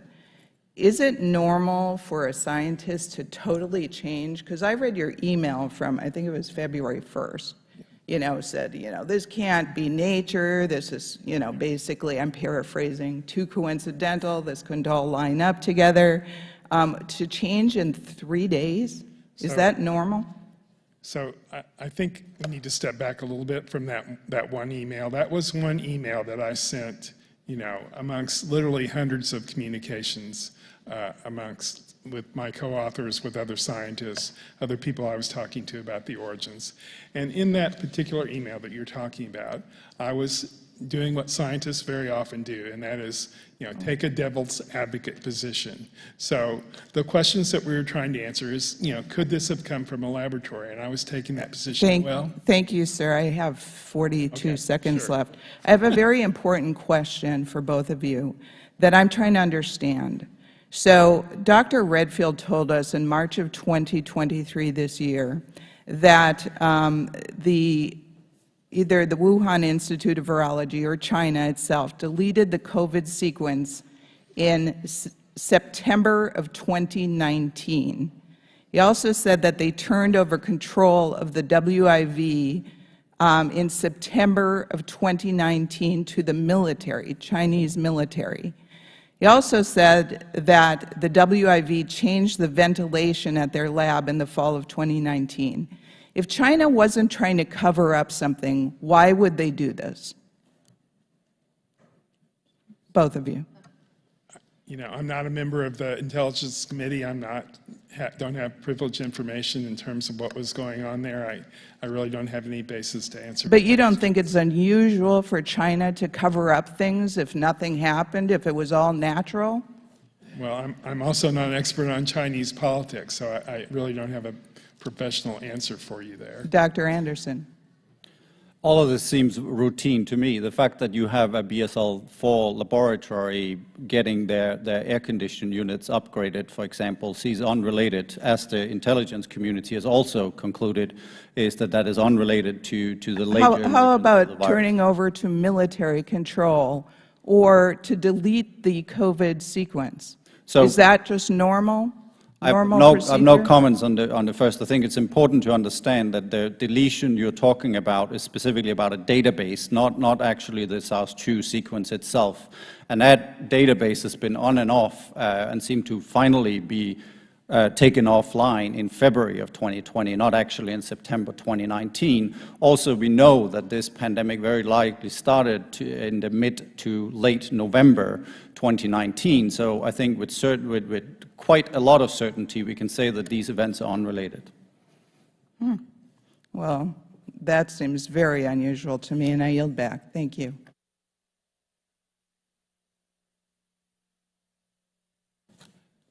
I now recognize Mr. Mfume from Maryland for 5 minutes of question.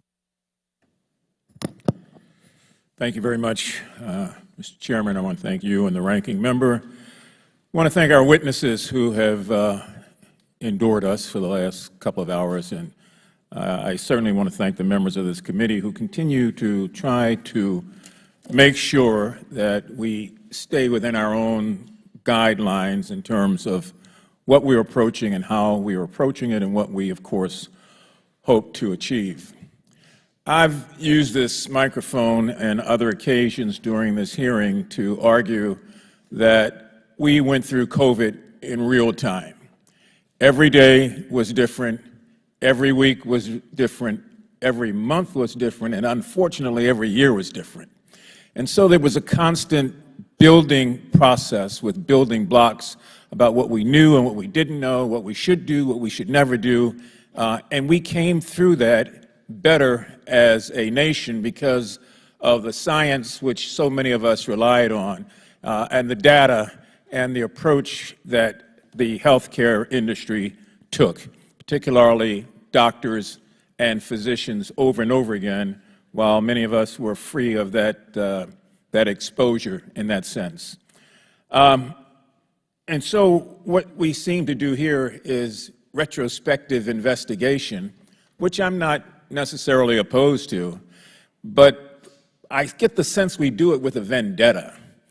Like, I think this was wrong and you were the one that did it, or I think this was wrong and you conspired to do this. That's not going to get us very far, not at all. Given the critical role that science plays in advancing our understanding of emerging viruses, I'm appalled every time I hear some of my colleagues turn to politicizing and vilifying the researchers. Somebody had to do the research. Somebody had to come up with conclusions. Somebody had to follow the data. Somebody had to make an assessment. And so it's a little strange to me that we will vilify the people who did that at the time when we needed them the most, because now we're operating in retrospective lens. We in this subcommittee, Mr. Chairman, have attacked physicians, we've attacked labor unions, we've attacked public health officials, we've attacked teachers, we've attacked healthcare workers, we've really attacked the CDC and the NIH. We've attacked, as we've heard today, Dr. Fauci, Dr. Collins, previously Dr. Walensky. We've attacked Joe Biden. We're in an attack mode instead of what I thought would be a real fact-finding mode about what do we do to get ready for the next novel virus, which could be set upon us at any time. And so in the 6 months that this committee has operated, I don't think that we've got an answer. I haven't seen what our steps are. If that's the case, how do we proceed? And if that is the case, we've got to rely on researchers and physicians all over again. And I think it poisons the water if we have already sort of predisposed who we think they are, why they are operating, what's wrong with them. The basic claims in the scientific article that we've talked about was developed to suppress the lab leak theory. It was somehow demanded by the United States government or else. That's an incredible disservice, in my opinion. We don't want to frighten off the very processes, the people, the industries, or anything else that will help us if and when something like this happens again. So I did not mean to get on a soapbox and make a speech. I actually have a few questions. I'll submit those in writing, if you would, Mr. Chair. But I just want to thank these two persons before us today and the others who have come before us and have had to feel like the weight of the world's been on their shoulders when all they really did was what they were supposed to do based on their profession, based on their desire to save lives. And as has been mentioned before, we followed other routines articulated by Dr. Burke, who was with Mr. Trump at the time, who said we've lost millions of lives by doing the wrong thing, like recommending bleach and telling the American public, don't worry, come Easter, we'll all be in church together. And we were not in church together for another 3 Easters after that. I yield back. I now recognize Dr. Joyce from Pennsylvania for 5 minutes of questions. Thank you, Chairman Wenstrup and Ranking Member Ruiz, for holding today's hearing. And thank you to both Dr. Anderson and Dr. Gary for testifying before this committee today. This committee has worked tirelessly, peeling back the layers on the events that transpired amidst the devastating coronavirus pandemic. The members of this committee have been charged with a great responsibility by the American people. Our job is to shine a spotlight on the public health officials and agencies for their mishandlings and to hold them accountable. We are tasked with analyzing their misguided, their ambiguous, and their flawed policies so that we can learn how to better prepare and address any potential public health emergencies in the future. Further, this committee's investigations will finally expose the true origins of this deadly virus that destroyed millions of lives and livelihoods across the globe.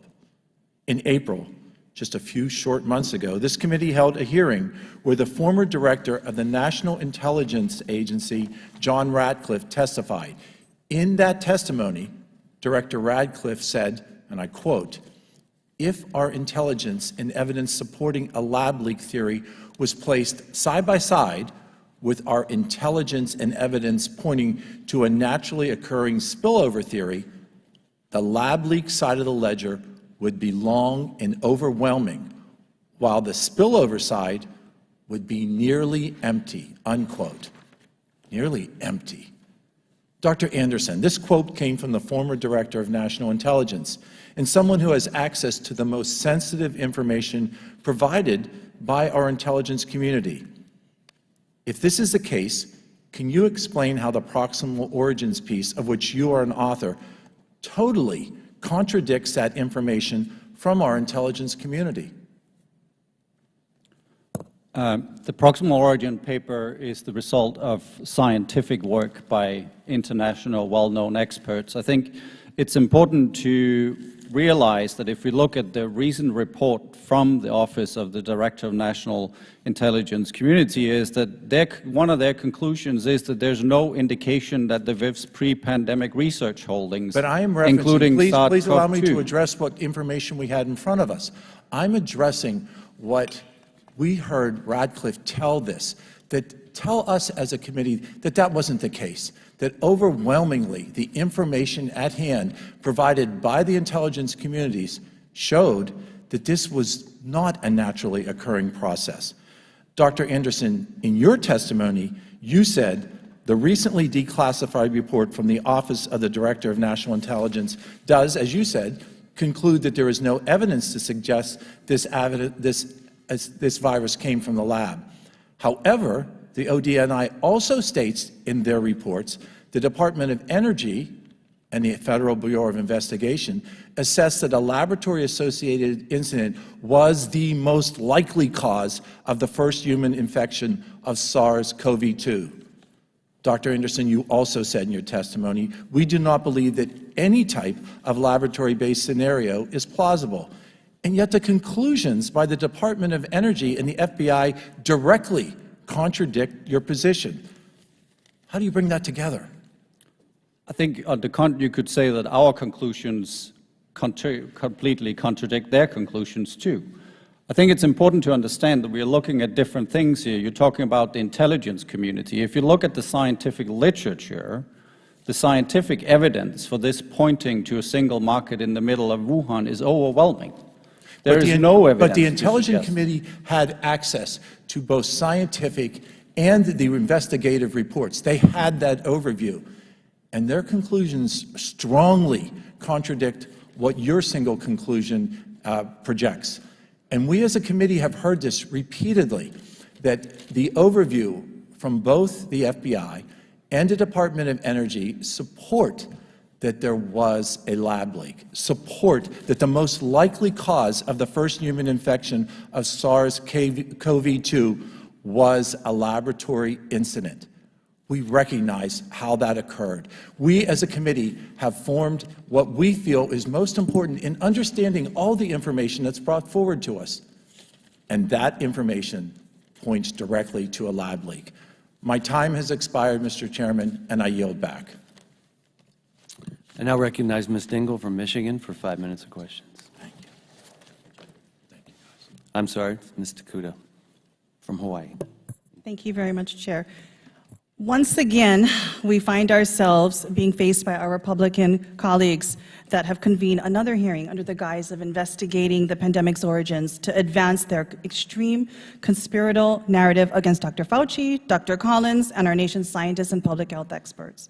I'd like to take a bit of a moment during my time to set the record straight about a number of things that have been said today. First of all, one of the things we heard earlier was that scientists don't flip-flop. No, scientists focus on the facts and the data before them, which can change in a matter of 72 hours, or yes, even 45 days between the time of discussion and the time of report, especially when we are dealing with a virus we know very little about, that even until this day is rapidly changing and evolving. So I ask both of you to assert coercion or political persuasion as the result of why that change took place during these 72 hours. Is this, in fact, a false statement when we're considering just the way that the scientific process works and the rapidly evolving, changing, and rapid evolving information that we're having at that time took place? I think, again, it's important to understand that it's our thinking that is evolving. We are talking about the change from early hypotheses to realize that a subset of those can, in our opinion, be discarded with a relatively high degree of confidence. And that happens within just a few days when we're specifically talking about a purposefully manipulated virus. That's an evolution of our thinking. It is not a flip-flop. It is an early hypothesis which ends up being unsupported, followed by other hypotheses that are still on the table. And so isn't it important that we, in fact, support this evolution of our thinking and our research in order for us to more quickly be able to really ascertain the proximal origins of things like the COVID-19 virus to start to really begin to save lives? I think it's important that we continue to consider any and all evidence known and potentially to come in future, and that is exactly what we are doing as the scientific community, which may end up with previous hypotheses all of a sudden being no longer supported, for example. This is not a flip-flop. This is simply the scientific process. So one of my concerns is when politicians start throwing around words like flip-flop, we are actually creating a very chilling effect on the scientific process, on our scientific community. I share the concerns that have been raised in this hearing by our ranking member, by the good gentleman from Maryland, that we are poisoning the water when it comes to active research and science that is looking at saving lives, taking care of our people. I worry that politicians' continued overreach and, quite frankly, weaponization of the discussions around the origin of COVID-19 will, in fact, heighten this chilling effect on the ability for our scientists and public health officials to thoroughly investigate and study future disease outbreaks, public health crises, and be able to meaningfully connect that and convey that to the public. Dr. Gary and Dr. Anderson, do you think political weaponization of the origins of COVID-19 will have a chilling effect on our scientific research, international collaborations going forward, and quite frankly, result in lives lost, our inability to really respond to public health crisis when it arises?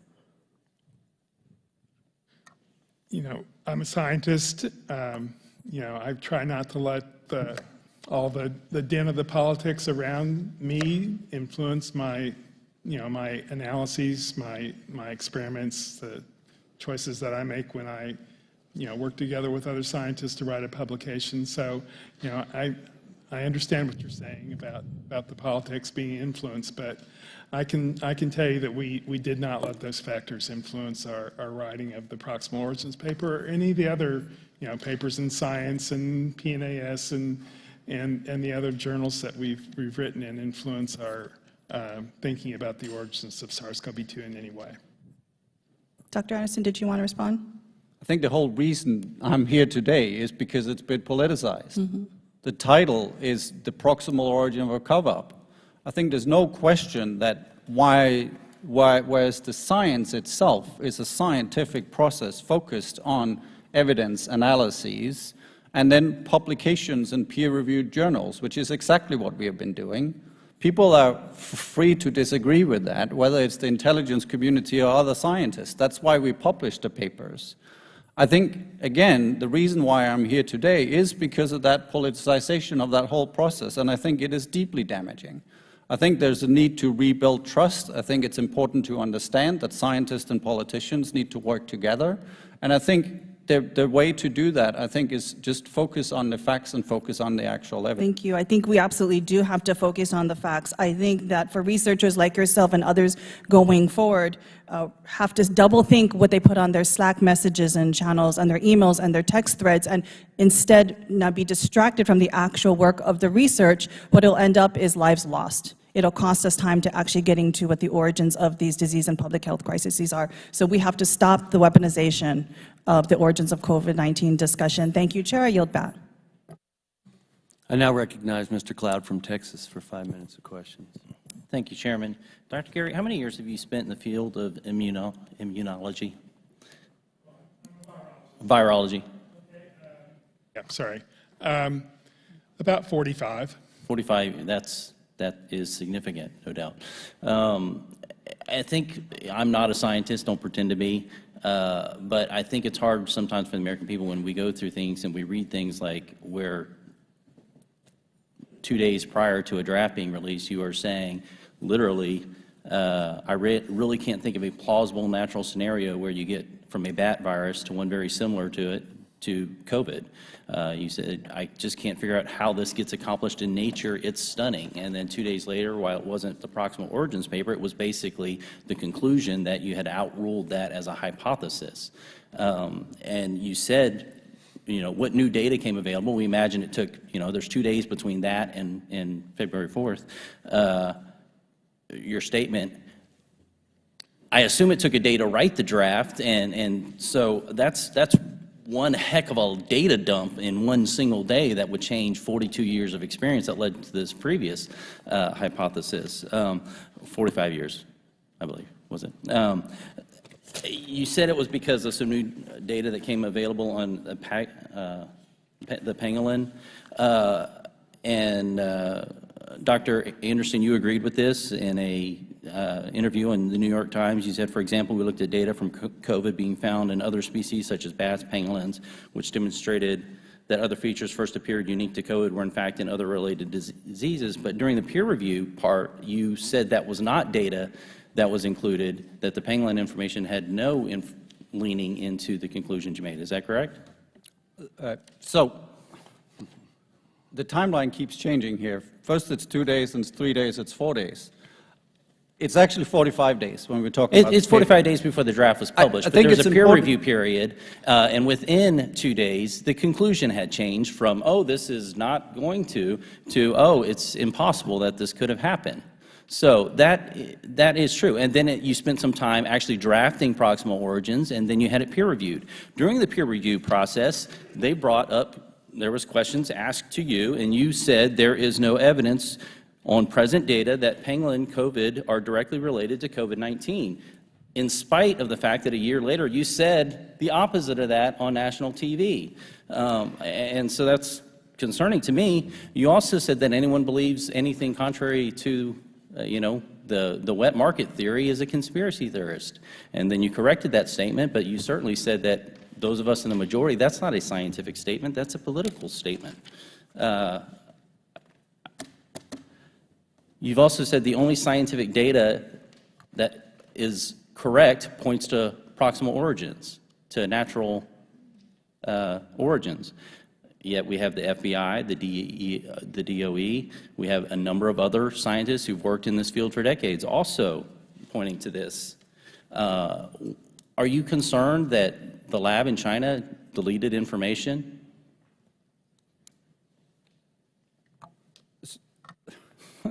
So I think there's a lot of questions in there, there's a lot of words at least, but I think the important thing is that, again, if you look at the intelligence community, for example, the majority of them believe this is natural, right? If you look at the recent report, it says almost all agencies agree that SARS-CoV-2 was not genetically engineered. That's one of our main conclusions in the proximal And after origin recent information, they're papers. changing their viewpoint. That was originally, and new information has come out. Do you have access to classified information? I do not. I think it's important to realize, Do though, you think that it's not concerning? Do you think that the CCP is a trusted partner? I don't think the CCP is the trusted Okay, partner, no. you said you based your conclusions a lot on the publicly available data coming out of the lab. That publicly available data is what China has made available to the public. And at the meantime, we see them destroying data. We see them not allowing us access to the lab to research anything. And then we also see scientists disappearing who worked in China. You don't find that concerning, and that doesn't cause any sort of suspicion? I think it's important to understand that the conclusions are based in part on evidence from China. Of course, the pandemic started in China, so necessarily early data on cases and what happens at the market will necessarily have to be from China itself.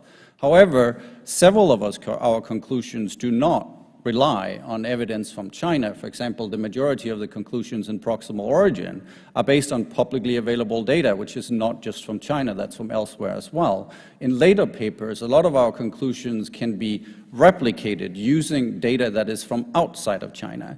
So there's no specific reliance on any single data set. There's also not, importantly, there's not one single piece of data that would convince me it's this or it's that. And I think the pangolins, which continue to be misrepresented of what we actually mean, is an important point of that. The reviewer said that based on the pangolin data, you can just reject any potential lab leak origin.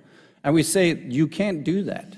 The pangolin data itself is insufficient to do that. You need to look at the consilience of evidence, and you need to look at all the evidence in concert, and that's exactly what we're doing in proximal origin. And that is also one of the reasons why our thinking on this particular question evolved over time from early hypotheses to later conclusions published in the peer review. Can you not acknowledge that there are qualified scientists in this field who disagree with you? Absolutely. Are they conspiracy theorists? They are not conspiracy theorists, and I think it's important to have scientific debate and disagreement.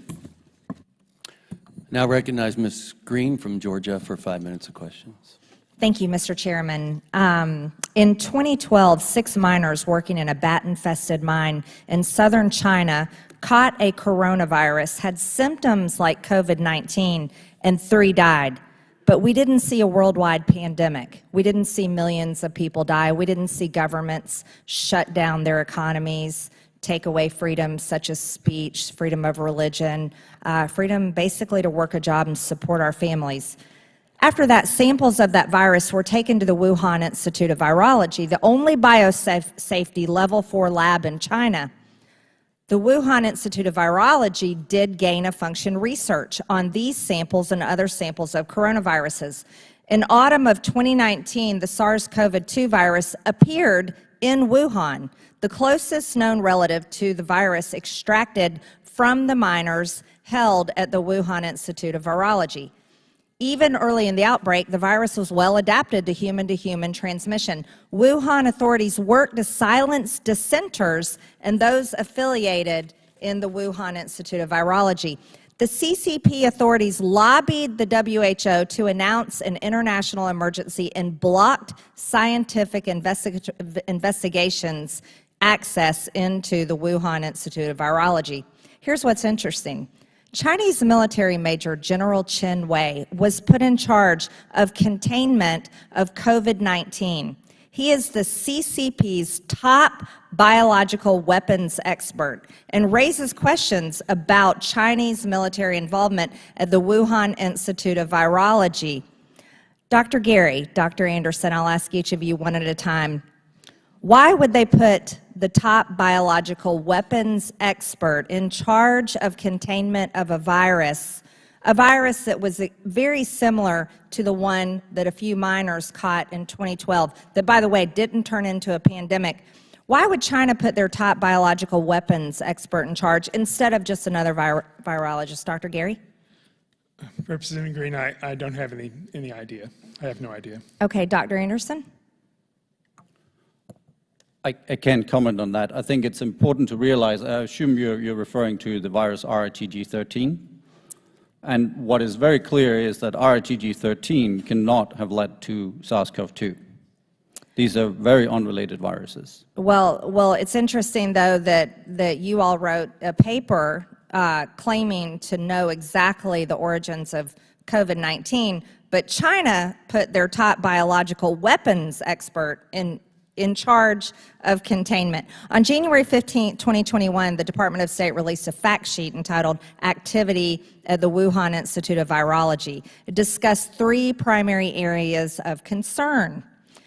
First one, illnesses inside the Wuhan Institute of Virology. The U.S. government believes several researchers inside the lab became sick in the fall of 2019 before the CCP first reported cases of COVID-19. That was in the lab. The CCP prevented journalists, investigators, and global health authorities from accessing the lab, including interviewing the researchers that fell sick in 2019. Sounds like they were concerned about so-called conspiracy theories, just like you were. There was also research at the lab starting in at least 2016. The Wuhan Institute of Virology was researching RATG13, just as you mentioned, the bat coronavirus, with the closest relationship to SARS-CoV-2, 96.2% similar. The Wuhan Institute of Virology has published record of dangerous gain-of-function research, gain-of-function like our government has funded with grants through EcoHealth. I'm sure you're familiar.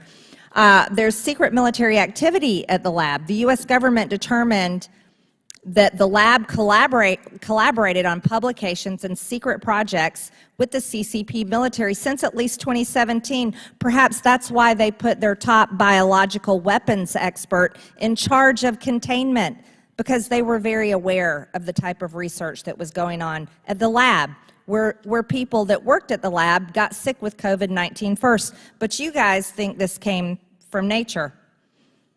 Do you still believe it came from nature, Dr. Gary, Dr. Anderson?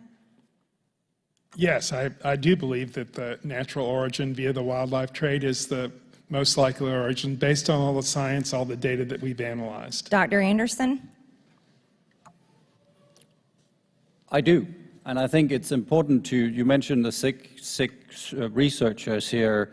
In the recent report, again, the IC continues to assess that this information neither support nor refutes either hypothesis of the pandemic's origin, because the researchers' symptoms could have been caused by a number of diseases. Actually, Dr. Anderson, I'll reclaim my time.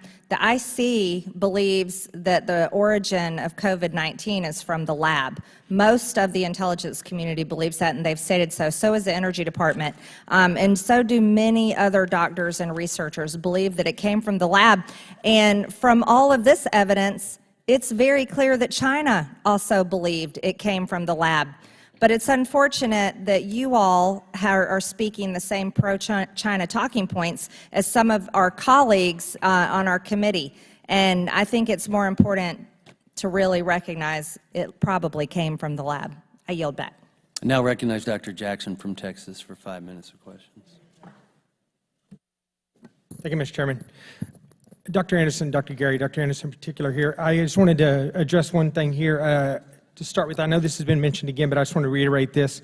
You emailed Dr. Fauci prior to the February 1st call, and you said, quote, "The unusual features of the virus make up a really small part of the genome," end quote. And then you went on to say, "After discussions earlier today, Eddie, Bob, Mike, and myself all find the genome inconsistent with expectations from evolutionary theory." Later on in the phone call that followed, Dr. Farzan said, "So I think it becomes a question of how do you put all this together, whether you believe this is a series of coincidences, what you know of the lab in Wuhan, how much could be in nature, accidental release, or nature event. I am 70-30.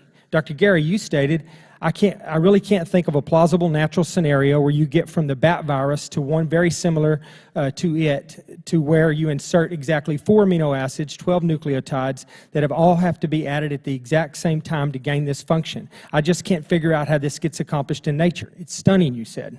All right. Nevertheless, 3 days later, and I cleared this up in the hearing, so thank you. I thought this was the initial release of proximal origins, but it wasn't. But nevertheless, 4 days later, I have this email here, and it's been mentioned already by one of my colleagues here, but I just want to reiterate it again. This is an email on February the 4th that was initiated, at least what I have here, by Dr. Holmes, who I wish was here so he could answer a couple of questions I have about this email. But it says, it's addressed to Jeremy Farrar, and it says, here is a summary so far. Will be edited further. It's fundamental science and completely neutral as written. Did not mention other anomalies, as this will make us look like loons. I have no idea what that means. I'd love to find out, but he's not here to answer that question. It was replied to by Dr. Farrar, who also CC'd Dr. Fauci and Dr. Collins, and said, please treat in confidence. A very rough first draft from Eddie and the team. They will send on an edited, cleaner version later. Dr. Francis Collins replied, very thoughtful analysis, and then Dr. Jeremy Farrar replied with something which I don't know what it is because the vast majority of every bit of his response is redacted out, so I don't know exactly what that was. But my question was, is during, you've cleared up that this was not the initial draft of proximal origins, that this was a response email or a follow-up draft report, or whatever you want to call it, in response to the phone call that took place on February the 1st. My question for both of you is, at that particular point, when this information, this draft summary was forwarded to Dr. Collins and Dr. Fauci, referencing the phone call that you'd had days earlier, were your conclusions changed? Had your hypothesis changed at that particular point? I can take that. I think, let me just go back to the original email, because there's other sentences in that email that I think is important to. First of all, I say we have a good team lined up to look at very critically at this, so we should know much more at the end of the weekend. I also say, but we have to look at this much more closely, and there are still further analyses to be done, so those opinions could change. When you're looking at our February 4 summary, which is the one that you're referring to here, our main conclusion is that we believe deliberate engineering can be ruled out with a high degree of confidence. However, referring to both lab leaks, specifically the tissue culture hypothesis that we describe in proximal origin, our conclusion at the time of February 4th is that current data are consistent with all three. It is currently impossible to prove or disprove either. Okay, Dr. Gary, what about you? Because you specifically said, I mean, Dr. Anderson says he doesn't believe it was engineered, but he said he hadn't ruled out a lab leak in that particular thing. Dr. Gary, you specifically said that, you find it completely stunning and implausible that this, that you were insert 4 amino acids and 12 nucleotides, all that have to be exact same time to gain this function. That sounds like engineering to me. Well, again, Representative Jackson, I think I started to or tried to address this before. That was a single email out of a lot of communications that I was having with people like Dr. Anderson and others. And in that particular email, I was, raising my concern about this one. Let me ask this real quick.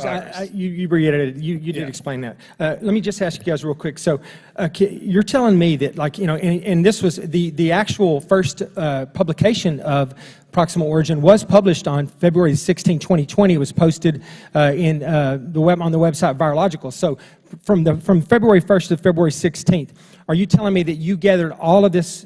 You gathered all of this additional information, because we know what your initial hypothesis was, or your initial conclusions were to start with before. You gathered every bit of this new additional information, which we don't know exactly what it was or where it came from. You completely changed your hypothesis. You collaborated with your co-authors, and you wrote the Proximal Origins paper all in that period of time. I just want to know, my time's up, but I just want you to know that sounds completely ridiculous to the American people, and it's completely in step with what a lot of people think is going on here, is that Dr. Anthony Fauci and Francis Collins realized that they had been implicated in the production or in the creation of this virus, and they were doing everything they could, including getting both of you to come on board as tools or vehicles to undermine that theory. Thank you. My time is up.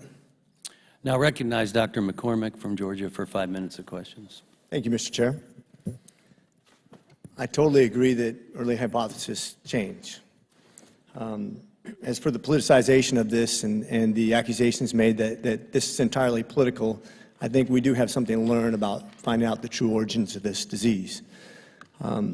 It's interesting that when they talk about censoring and politicization of something, only one side that I remember was ever censored, and that was our side. And when I say our side, I mean the fact that it was a lab leak. I was censored as the emergency physician who treated thousands of patients and who has a background taught by an equally adept professor in virology at medical school that taught us how diseases propagate. One of the things I thought was interesting, I think it's very wise of you to admit that there's many possibilities. And just to lay it out in front of the people, since I'm the summary person today, it's interesting that any other crossover virus or any virus that's ever really existed, for the most part, still exists in society today. It's very hard to get rid of an entire subset of viruses by itself. We still have the common cold, for example. We still have avian flu. We still have swine flu. And those still propagate in those species because they don't just go away. They continue to get switched around, and it still exists in society today. What I think is interesting is that I haven't seen any evidence, and I read your papers, by the way. I love reading and learning. I consider myself a student of the game. And I saw how we talked about the raccoon dogs and the civet cat having DNA and RNA in the same place where they found the vast preponderance of the coronavirus in that market. However, what we didn't see is that there is any immune response by those animals to this virus that supposedly can propagate inside of that species also, which would be a natural way to propagate a virus by virology standards, which you'd have to admit. If it exists in the species, it has to be able to propagate and continue. It doesn't just go away. It's not just found in the same proximity of a species, but inside the species with antibodies and resistance. To say that it's just because it's in the same area as somewhere that a dog was found or a cat was found or a penguin, whatever you want to say, is for me just like smear some COVID on this wood and say, look, it came from this wood, to give our people who are watching this who are maybe not medical background to understand that's obviously impossible. Just like it's impossible to have a virus that exists inside of an animal species go away or not have any sort of immune response or any propagation if that's where it came from in the beginning. And that's where I find a huge hole in your theory. As scientists, I love science. I'm trying to follow your science, and I don't get it. I just don't get it. It doesn't matter if it's found in the same area. Did it continue to live in that species? Is it still found? I know for a fact China has looked for it hard and killed lots of animals trying to find it and cannot find this natural immune response and this natural propagation inside of these species. So therefore, my natural conclusion is it didn't come from there. What I do know, if I use just logical thinking, and I've heard your responses, so I get it. I don't really have too many questions because I've heard your responses over and over again. But just from a scientific standpoint, I want to summarize this for folks who aren't scientists. I just explained the science behind this. That if you can't find it, you can't find the immune response, you can't find disease propagating inside of a species, then it really never existed in that species, and therefore that's not scientific. And likewise, if you have a science lab talking about actually developing something and wanting funding for it, in other words, gain of function, and then it centers around that same lab that asked for it, I agree with your initial assumption, Dr. Gary, that most likely it came from a lab. And I think that's where the evidence has continued to point. Ironically, when it got politicized, it was myself and others that believe like me in the science that got censored. That's the irony of this. And yet I'm accused of politicizing this. I just want to make it very clear for those people who are watching who are not scientists that this is a scientific discussion. But it's also a political discussion because we have to figure out where it came from in order to deal with the next pandemic. And if we're going to try to assume that we're going to stop the evolution of viruses in the wild, that's not something we can really do much for. We can prepare for it, but we can't stop that. But we can stop gain-of-function research when we admit that that's where the disease came from. And I think that's what this discussion is about. And that's why it's important to actually combine the science with common sense, and we come to a natural conclusion. And with that, I yield. I now recognize Ms. Dingell from Michigan for 5 minutes of questions. Thank you, Mr. Chairman. I want to say to my colleagues, we all want the facts. We need the facts because we have an enormous responsibility as members of this committee to make sure we are ready for the next pandemic, which you all got a lot more doctor's degrees on your side. I'm not one, but it's coming. And not one person over here has said, and the intelligence committees have said, we don't know where the leak has come from. Could have been a lab leak, could have been other ways. We're studying it. We want the facts. The Select Committee's purported investigation into the origins of the coronavirus, which for 5 months has largely focused on the publication of this paper, has included a number, and I am so offended by some of the things I've heard this today, of baseless allegations against our nation's scientists, our public health experts, including Dr. Fauci and Collins. And instead of being on a mission to destroy 2 people, I wish we were on a mission to get the facts. So I'd like to address them, starting with the egregious claim that Dr. Fauci bribed Dr. Anderson and other authors of the Proximal Origin paper to suppress the lab leak theory with a $9 million federal grant.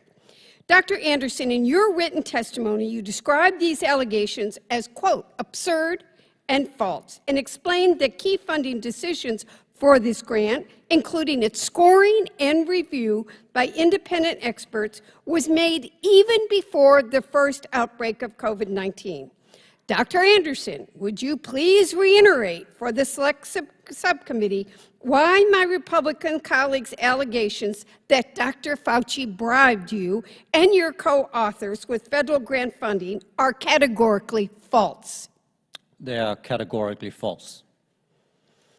In fact, the information Dr. Anderson laid out is publicly available for everyone. Those watching get the facts, including my Republican colleagues, to see online at NIH's website. We have a picture here.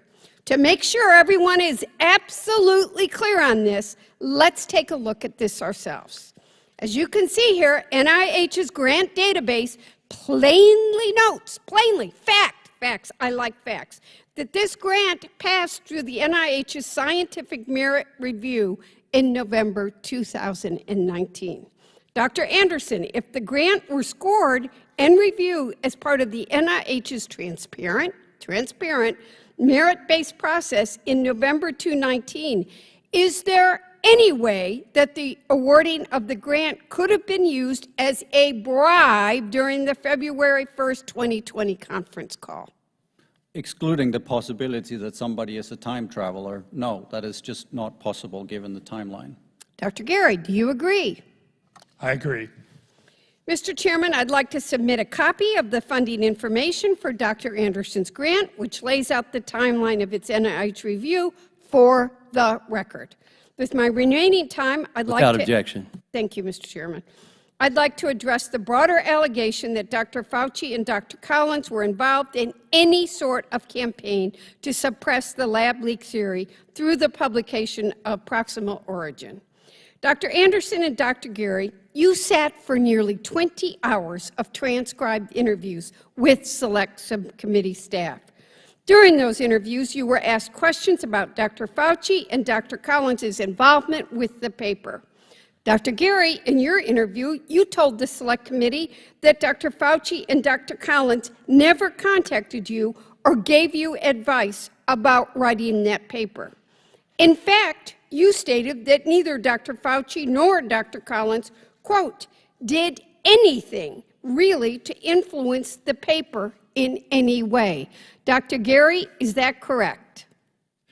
That is correct. And Dr. Anderson, in your interview, you refuted the idea that Dr. Fauci and Dr. Collins sought to suppress scientific inquiry into the origins of COVID-19. You told the Select Committee staff, quote, not only did they not do that, they encouraged scientific inquiry into the origins of the COVID-19 pandemic. Dr. Anderson, is there anything you want to add regarding that statement? That statement is correct. That was exactly what they did. The suggestion, my friends, that Dr. Fauci and Dr. Collins were engaged in some sort of intricate cover-up to suppress the lab leak theory and bribe researchers is reckless, irresponsible, and grossly inaccurate. These basic attacks on our nation's scientists and public officials need to stop. I want to get to the origin of what happened. I may even, in my heart, wonder with my colleagues on the other side of the aisle. But we're not going to get to it making reckless statements. Thank you, and I yield back, Mr. Chairman. I now recognize Mr. Jordan from Ohio for 5 minutes of questions. Thank you, Mr. Chairman. Dr. Anderson, should we be doing gain-of-function research? I think fundamental virology research, which includes gain-of-function research, is important. However, such research should, of course, be done safely. Was gain-of-function research being done, Dr. Gary, at the lab in Wuhan, China? I have not reviewed all the research that was being done at the Wuhan Institute, so I don't really have a professional opinion on. Do you have a professional opinion, Dr. Anderson? To my knowledge, there was... Yeah, I know you got professional opinions about lots of things, but do you have one on that? To my knowledge, there's no gain-of-function research, although there is work involving chimeric viruses, for example, as we discussed in our proximal origin paper. Was the lab in China up to the code for doing the kind of research that you just described, Dr. Anderson? I don't know about any of the codes, anything going on at the Wuhan Institute. Would it be up to the, would it be, my understanding is it wasn't. Do you think it was up to the code necessary to do the kind of research that you think they were doing there? Again, I can't talk to the code of the lab itself. I think what is clear from the published research from the Wuhan Institute of Virology was that a lot of this research was done at biosafety level 2, which I considered at the time to be insufficient, and today, especially given the diversity of related viruses. So just to be clear, you guys don't know whether they were doing gain-of-function research or not. You think they weren't. I think they were. You think they weren't. But regardless of that, what they were doing there, what the biosafety level at that lab wasn't up to the code it should have been for the research they were doing. Doing this type of research at BSL-2 using bat coronaviruses is commonly done at BSL-2. The lab work, the animal work, I should say, is done in BSL-3. Again, this is all available. What level of lab would you want? If you're doing the research, Dr. Anderson or Dr. Gary, what level lab, what level would you want, 2 or 3? This would again typically be approved at biosafety level 2. However, as I said from the beginning, is that I believe, especially given everything we know, based on how many of these coronaviruses we have, that this kind of work should in future, via international regulations, be done at BSL-3. Should be done at a higher level than it was done there. Correct. That's what you're saying. Got it. All right. And should it go through, we have this process, Dr. Gary, this P3 process, this approval process for this type of grant money to be used and this type of work to be done. Should it go through that process before it's approved? I mean, in your hypothetical, yes. I mean, of course, we should follow the regulations. Okay. So my understanding is American tax dollars went to this lab in China. Is that right, Dr. Gary? I don't know I don't have any information myself about been commonly reported at EcoHealth sent the money there. American tax dollars were used in the Wuhan lab, this lab we've been talking about. Again, I haven't reviewed the financial transactions between the NIH and EcoHealth Alliance. Okay. Dr. Anderson, just real quick, and I know you've touched on this earlier. So on January 31st, the now email that, somewhat famous email that you sent, virus looks engineered, virus not consistent with evolutionary theory. I think that was part of that email and comments Dr. Gary made, where it was what prompted the conference call. And then 4 days later, you come back and basically say, if you believe it came from a lab, then it's some crackpot theory. And what happened in that? I mean, that's a pretty dramatic change in 4 days. And I know you've talked about it before, but that's what I find so concerning is you went from virus looks engineered, not consistent with evolutionary theory, to you're crazy if you think it came from a lab, and that all happened in 4 days. So that is a misrepresentation of what the email actually says. Let me just read that sentence, because I say the main crackpot theories going around at the moment related to this firing being somehow engineered with intent, and that is demonstrably not the case. I'm very specifically referring to the fact that this is engineered with intent, i.e. a bioweapon. At that time, I still fair enough. So you're saying there wasn't an intention to have it done in a lab, but so you're not saying it couldn't have come from a lab? That is correct. At that time of writing this email, in fact, I thought the plausibility of this being a lab-cultured virus was still high. I kept that belief until mid to late February. Do you think you've been strong on the zoonotic theory. Do you think it could have come from a lab, even today as you sit here? Not as I said here today, no. I think the plausibility of this having come from the lab, given the evidence, I don't find that plausible at all. FBI's wrong? People who disagree, people who think it came from a lab is wrong. The fact that American tax dollars went to a lab in China, a lab that wasn't up to code, should have been level 3, even based on what you guys say, wasn't up to code, doing, I think, potentially gain-of-function research, and it breaks out in that town in China. But somehow, no, it can't even be possible that it came from a lab. It has to be the zoonotic approach. It is possible. As I'm saying, I don't find it plausible, or maybe I should say probable, given the evidence that we have available to us. Again, anything is possible, and as we are saying in the proximal origin paper and also in later papers, is that it is currently impossible to prove or disprove any version of the origin, whether lab or not. Okay, thank you. Are you back? I now recognize majority staff for 15 minutes of questions. Dr. Gary, Dr. Anderson, it's good to see you again. Mitch Benzine, I'm the staff director for the majority staff. I have a couple follow-up questions based off your responses to the members, and want to start with Dr. Anderson, something you just said, that intentionally engineering is equivalent to a bioweapon. Do researchers not intentionally modify viruses that don't turn into bioweapons? Again, I think the unfortunate fact here is that the words used here early on are confusing. When I'm saying engineered with intent, what I specifically mean is that you engineer the virus with the intent of creating something like SARS-CoV-2. For example, something that is highly transmissible between humans, bind well to the ACE2 receptor. And that requires the intent of people to create that virus specifically. At the time of writing the email, the crackpot theory, which, and I should say I use crackpot because I thought several people thought I was a crackpot at the time, is that I'm specifically referring to the call from the National Academy of Sciences, which was specifically based on the idea of a bioweapon. So that's what I'm referring to there. But of course, the intention to engineer any virus, any kind of engineering would be intentional, right? But specifically what I am referring to here is the idea that the intention of creating this virus. Okay. I want to ask some questions, just base knowledge while you were drafting Proximal Origin, and go back and forth here. So to both of you, Dr. Gary, Dr. Anderson, were you aware of all the research being conducted at the Wuhan Institute of Virology leading up to the drafting of Proximal Origin? No, I'm not. I don't see how we could possibly be aware of all of it. That is correct. I mean, I would say we were, of course, well aware of what has been published, which is what raised the initial hypothesis, which was that this could potentially have come from a lab, was because we are aware of the type of research going on at the Wuhan Institute of Virology. But not all the research. Of course not, no. You've testified, both of you testified previously that it's maybe not common, but researchers don't always publish everything, at least contemporaneously. No, I don't think most researchers publish their results contemporaneously.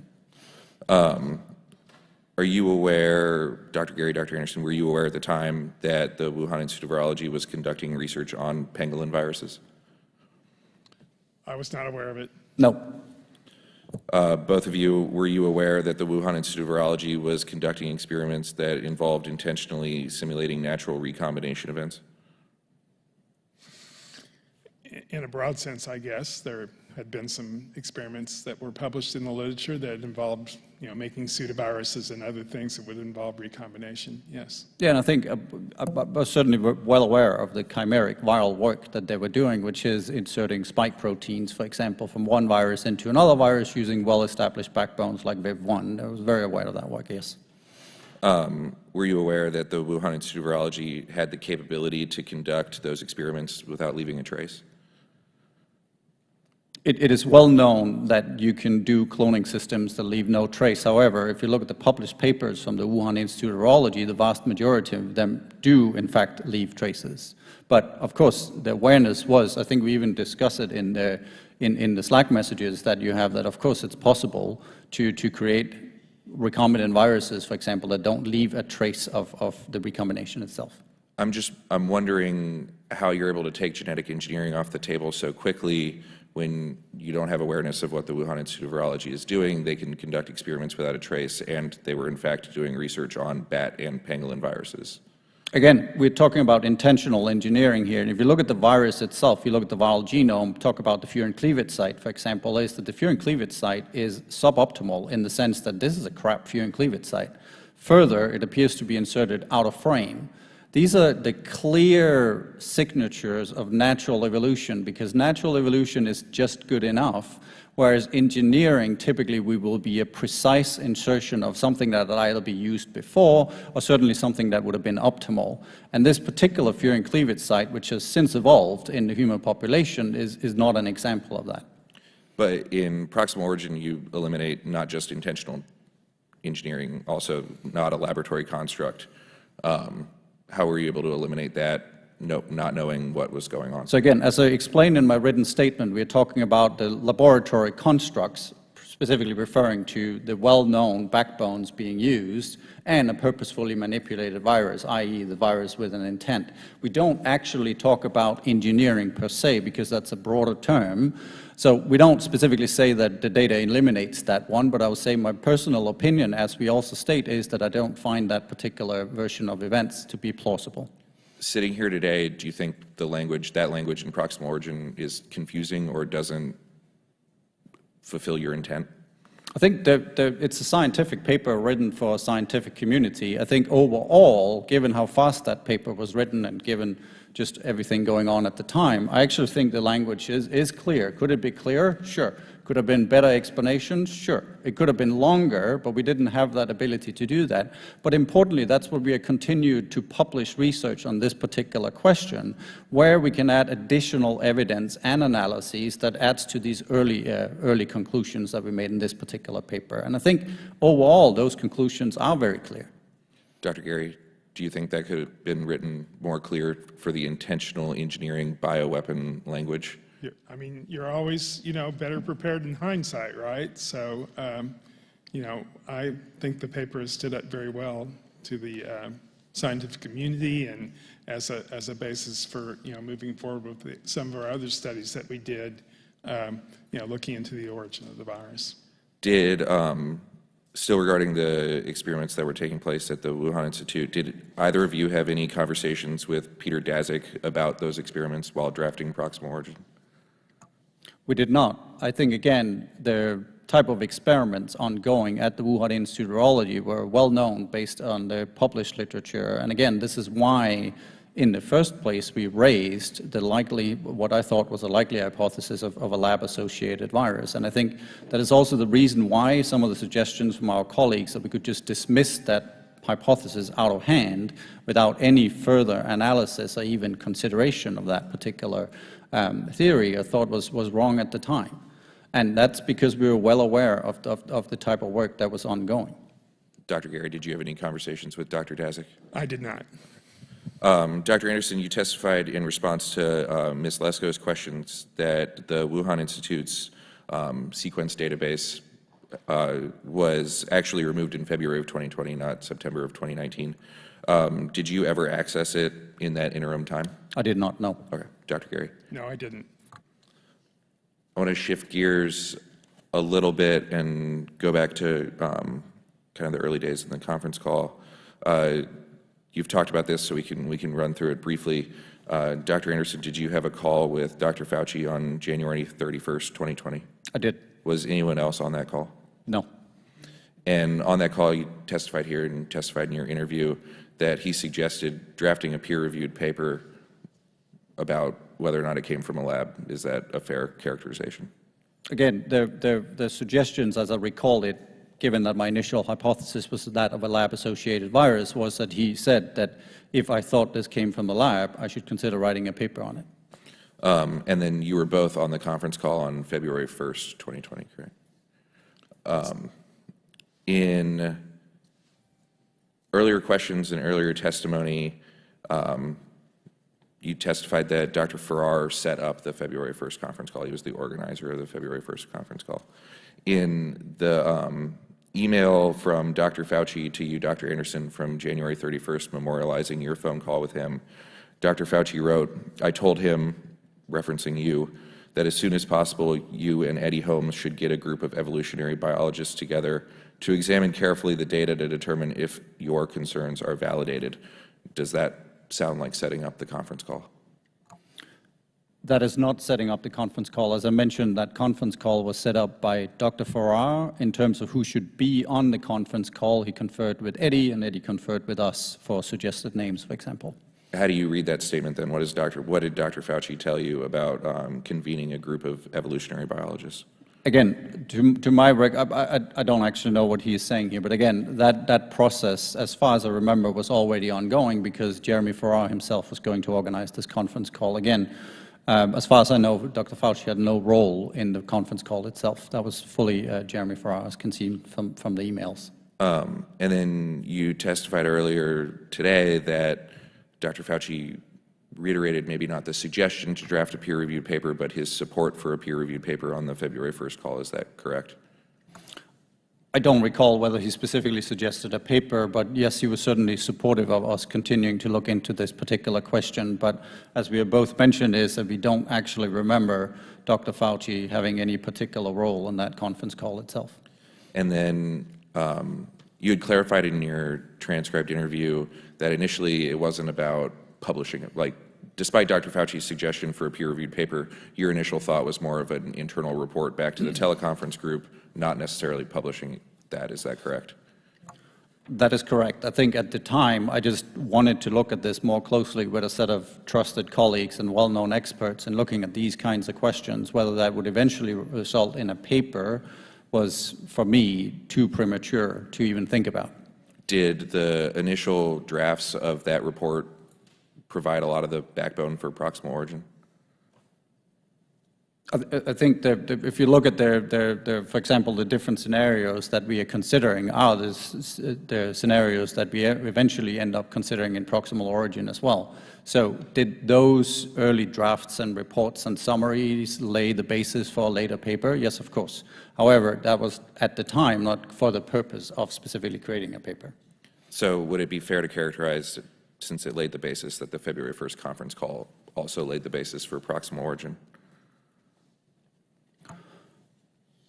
I wouldn't say so. I think scientists have discussions and conversations all the time that then later on end up in being actual papers. But again, the conference call was not for the purpose of writing a paper. It was for the purpose of discussing the questions that I specifically had raised with Eddie Holmes first, and then him with Jeremy Farrar.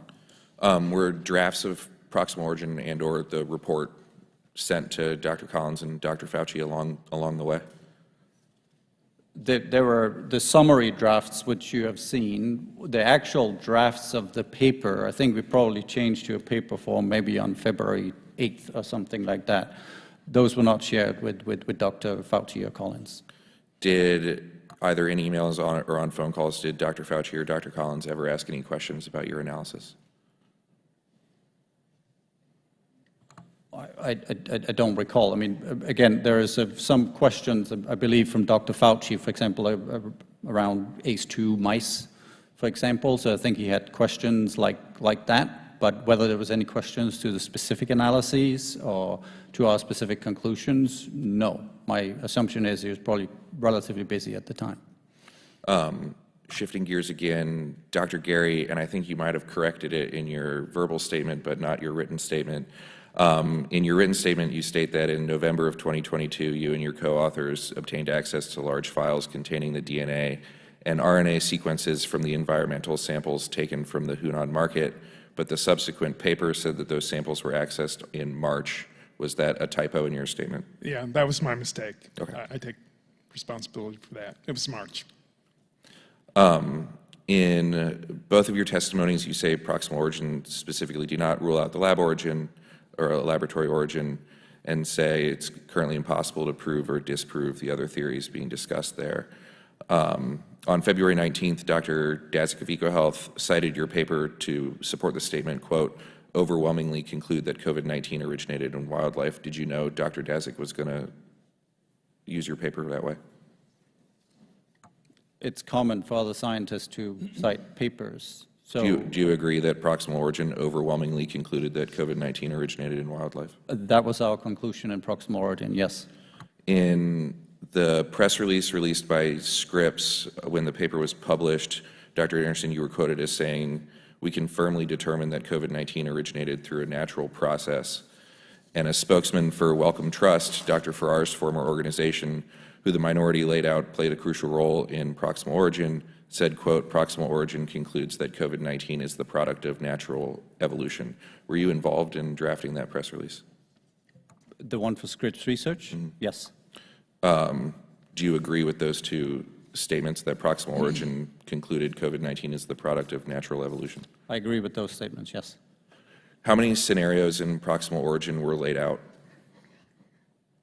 There are 3 separate scenarios specifically laid out, what we considered many.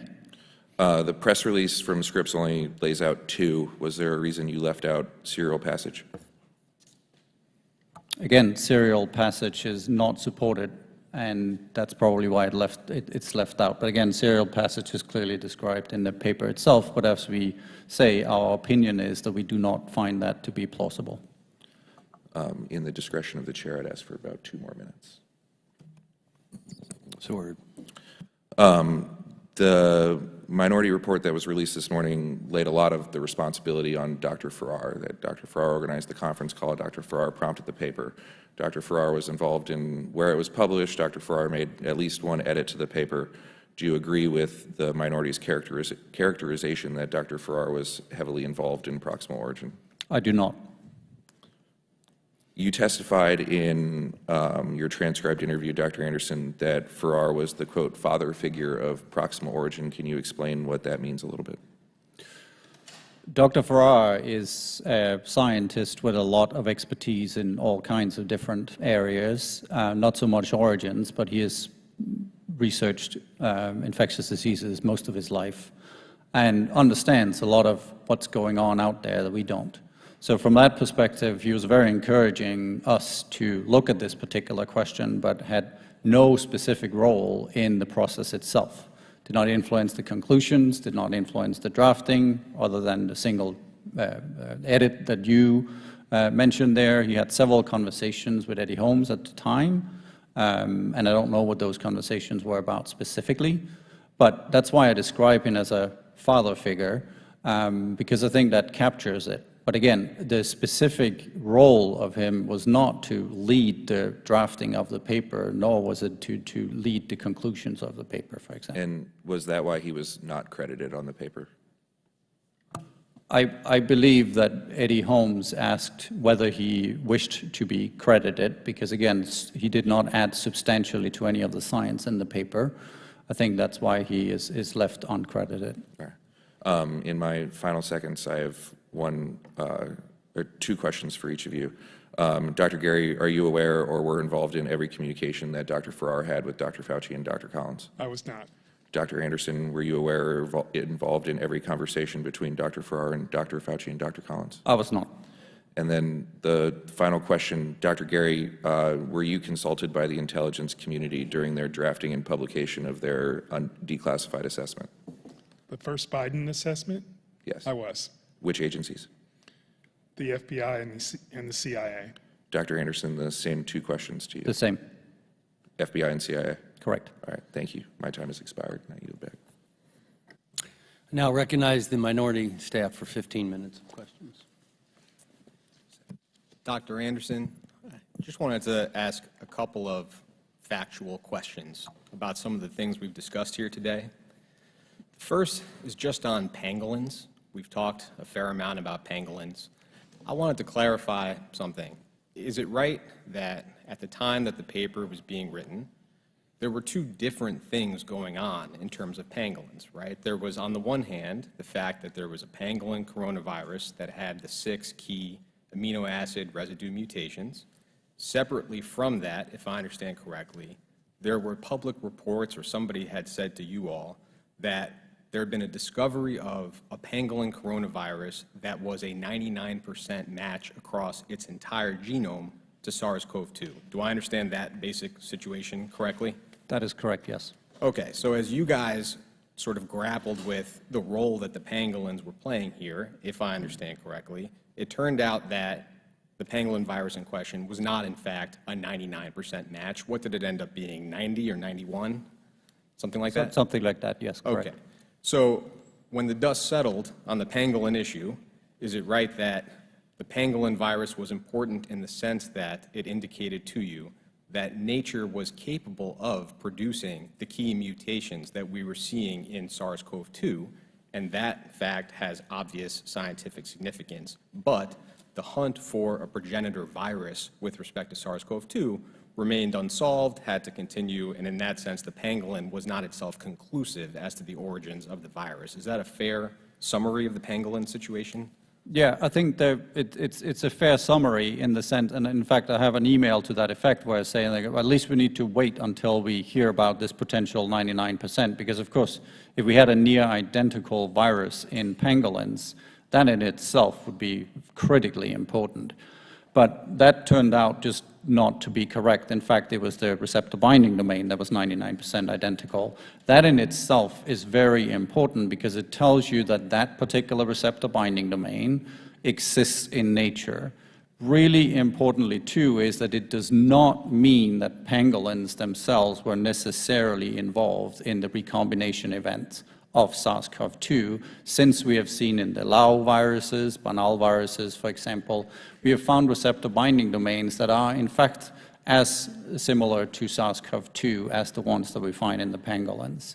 So as I mentioned to Chairman Wenstrup's earlier questions, is that these recombination events do not require these two animals to be in close proximity. We believe that these recombination events happen in bats. And I think that and the way you just described it is consistent with the way that you and your co-authors discussed pangolins in the final product of the Proximal origin. That is correct. That is correct.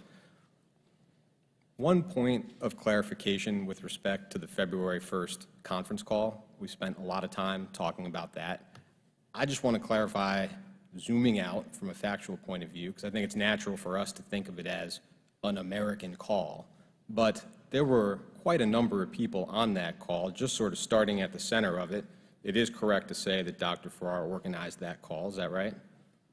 That is correct, and I don't think you can describe it as an American call, because in terms of the scientists on the call, I believe it was probably only Dr. Gary and myself, and I'm not American, I'm actually Danish, but the rest of the scientists that were invited onto that call were primarily from Europe.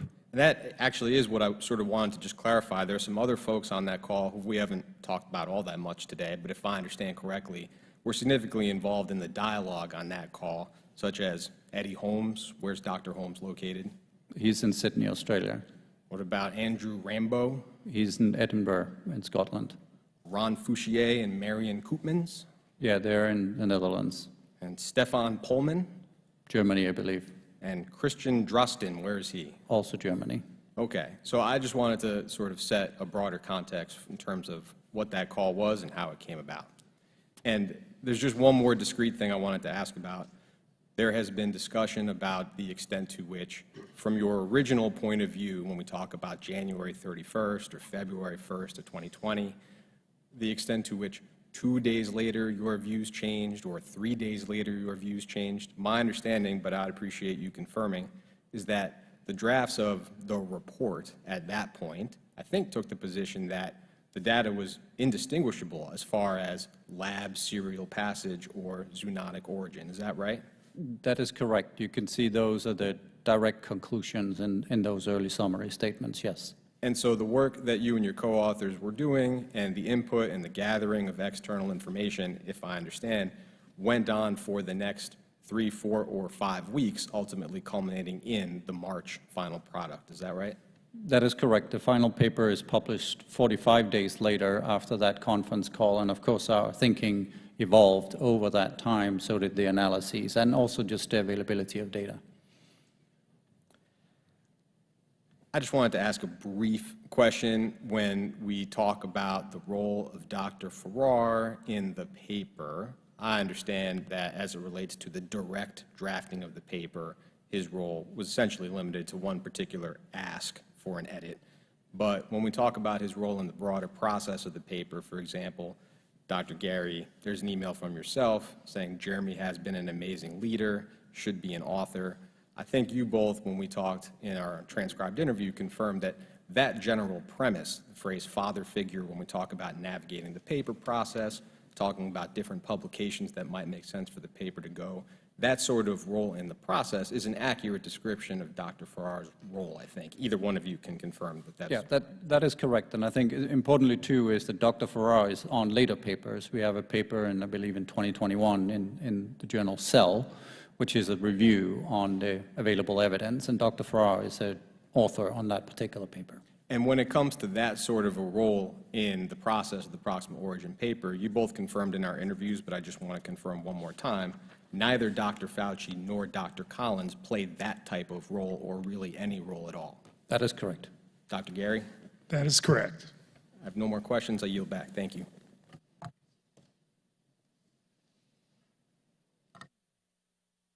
I now recognize the ranking member for any closing statement that he would like to make. Thank you, Mr. Chairman. Over the course of today's hearing, we have heard baseless allegation after baseless allegation and unsubstantiated claim after unsubstantiated claim about Drs. Fauci and Collins and their involvement with the proximal origin paper. The Select Subcommittee has reviewed thousands of pages of internal documents and conducted transcribed interviews with authors of the paper, which has only revealed that Drs. Fauci and Collins had little to no involvement in the drafting of and publication of the paper. Findings that have only been confirmed once again by testimony in today's hearing. Rather than following the facts of their own investigation, my Republican colleagues have only doubled down on their unproven conspiratorial accusations, using this Select Subcommittee's far-reaching platform to vilify our nation's scientists and public health experts in the name of repairing trust after they have manufactured distrust and destroyed it. Every day, Select Subcommittee Republicans spend on advancing this partisan narrative. The American people pay the price. How? Every hour and taxpayer dollar of focusing and pushing this wrong, harmful, bias-centered narrative and political theater, instead of on investigating our experiences to garner forward-looking policy solutions to prevent and prepare for the next pandemic, comes at the expense of the American people and our public health. The fact is, the origins of the COVID-19 pandemic remain unknown. We have heard, this is a very interesting lab for the psychology of confirmation bias. Today, I mean, we've seen it. We have heard, when you have confirmation bias, you are set on your thinking, and now everything you do has to prove your narrative. So you pick and choose evidence and data. That's one method of doing it. The second method is you take things out of context, or you misrepresent the data or things that were said, like putting it in places and a piece of a puzzle to show your or prove your narrative. The third is that there's a lot of disregard of evidence or the truth that is contrary to the narrative. So in other words, if you say something confirming a truth, it's skipped over, it's disregarded. The truth just doesn't matter if it doesn't fit the narrative. And we even seen flat out lying today. Lying. For example, we have heard that the intelligence community strongly supports that this was a lab leak theory. The reality is that you have one agency with low confidence, you have another agency with moderate confidence that this was a lab leak theory, okay? 2 out of the 6 so far. They do not strongly, with high confidence, say that this was a lab leak, but we heard that they do from the other side. That's a lie. The data is there. That's not an opinion, because the facts has been presented. They have been studied. The next lie, flat out, was that most of the intelligence community agencies believe that this was a lab leak theory, declaring it as if it was true. Yet you have 4 agencies, it's math, guys, 4 agencies with low confidence saying this was zoonotic. You have 2 agencies with low to moderate saying that with low and moderate confidence that this was a lab leak. 4 is more than 2. 4 is more than 2. So that statement that is aligned with their narrative was a flat-out lie. And in the absence of hard proof or access to information by the Chinese Communist Party, we may never know conclusively.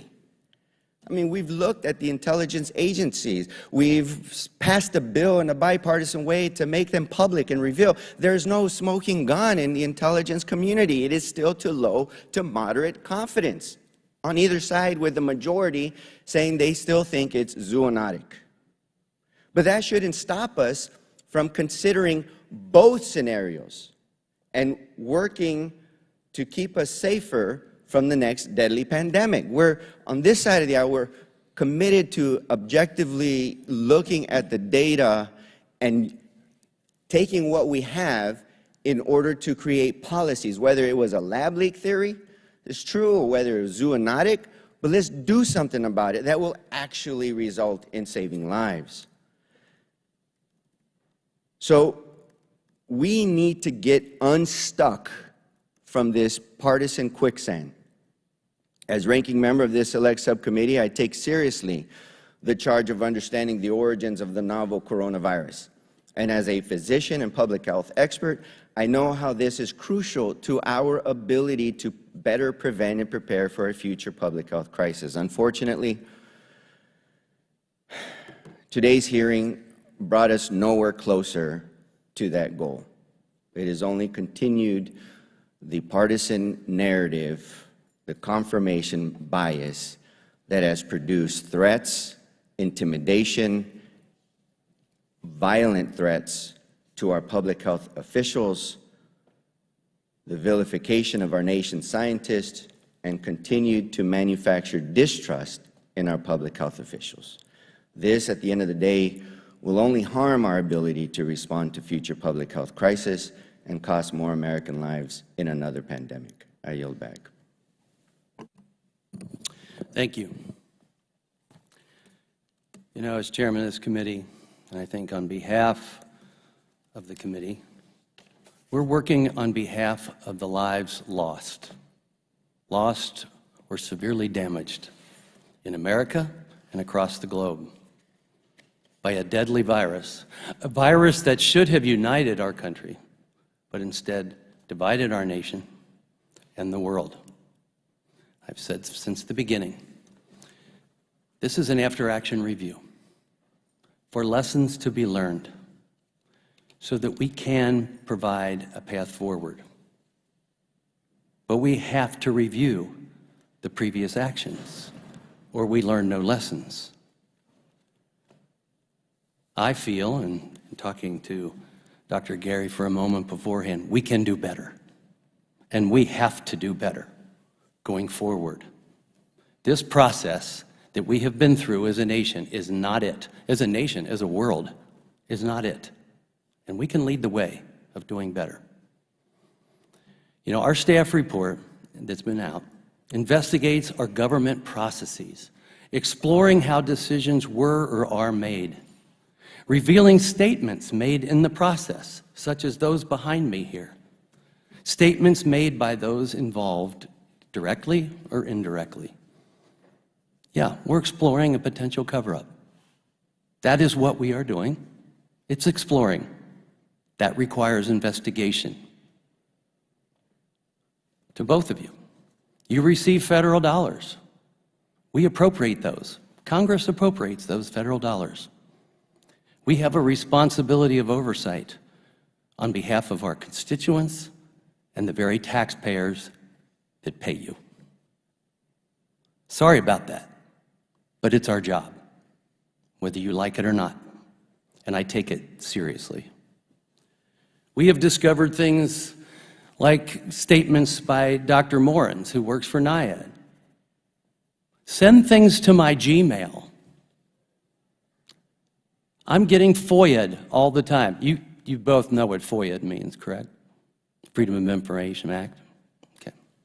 Send things to my Gmail, and I'll delete anything I don't want the New York Times to see. And then he criticizes reporters and scientists like Dr. Metzel and others, calls them names that I won't repeat. And aren't we proud? Aren't we proud? Now, because of these revelations that we've uncovered, NARA, the National Archives Record Administration, is leading an investigation on Dr. Morens and his behavior. That is our responsibility as Congress. So you may call it going down a rabbit hole and trying to find vendettas, or somebody here might. But I do have a vendetta against dishonesty. And as a doctor, I'm against politically motivated science, which Dr. Anderson, you yourself, said we had to. You hate to go down, let me see if I can find the quote, but you hate to go down a political path, but you had to, and I'm paraphrasing there. You know, in the staff reports that have come out, the minorities today, talking about political, our report 0 times mentions Republicans or Democrats. 0 times. Their report mentions Republicans or Democrats 38 times. Who's being political? Who's being political?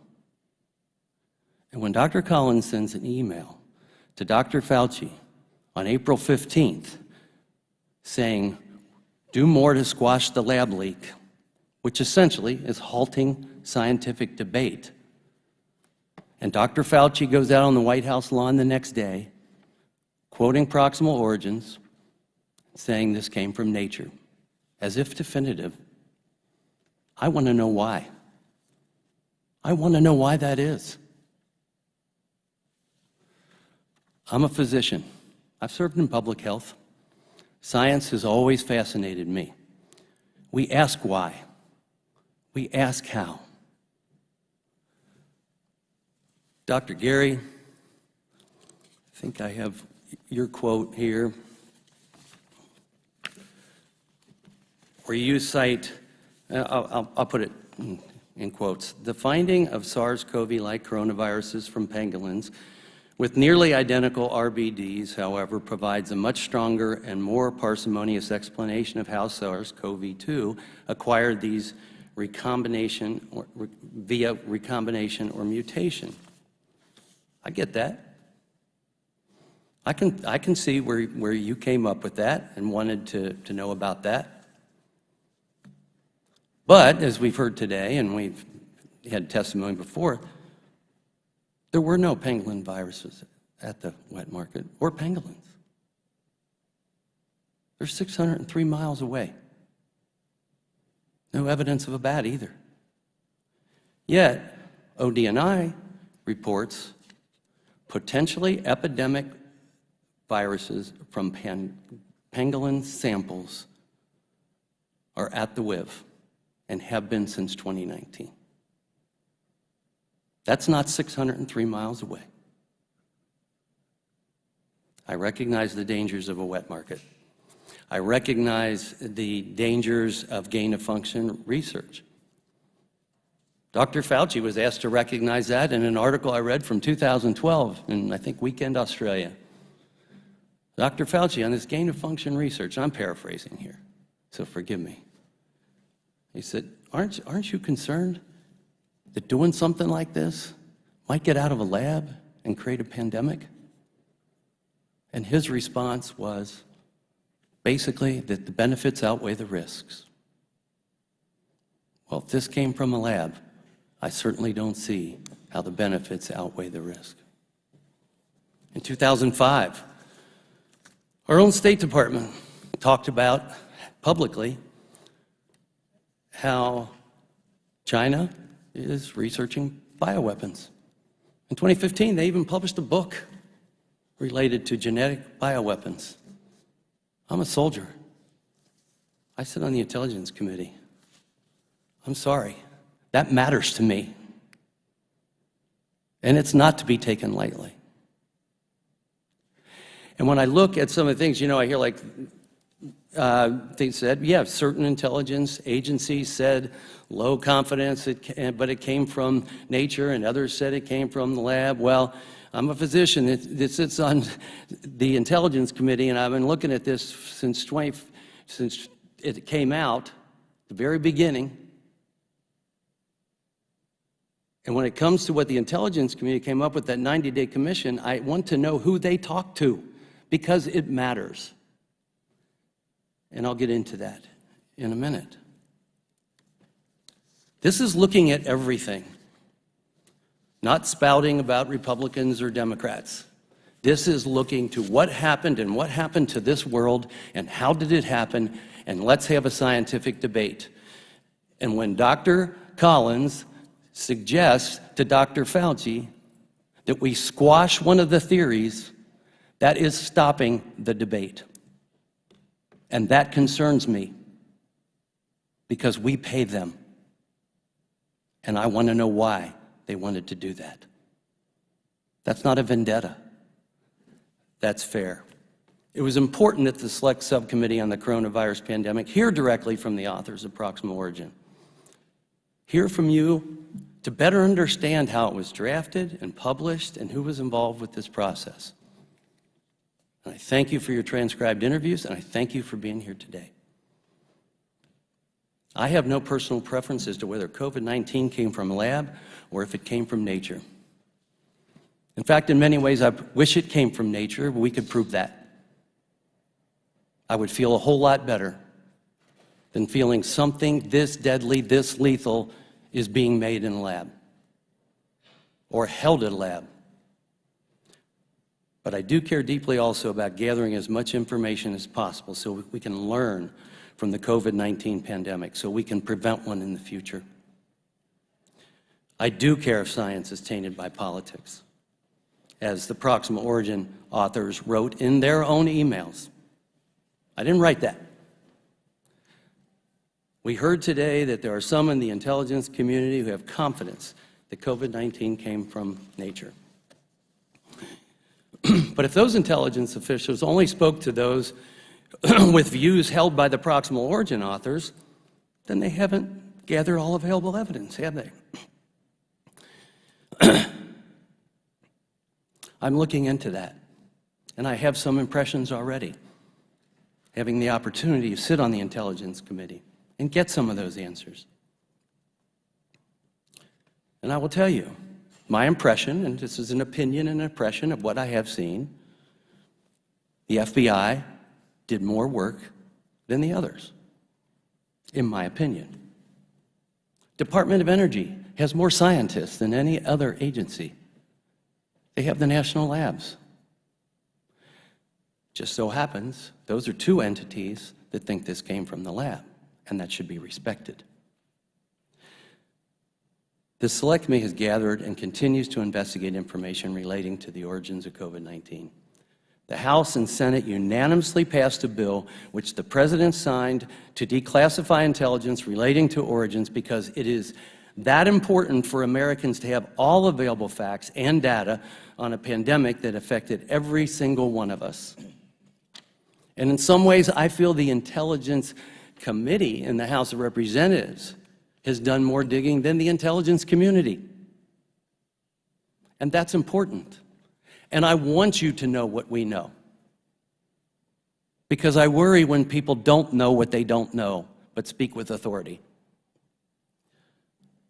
The Select continues to investigate this information. We passed that bill, But ODNI violated the law with the report that they produced. I expected hundreds of pages.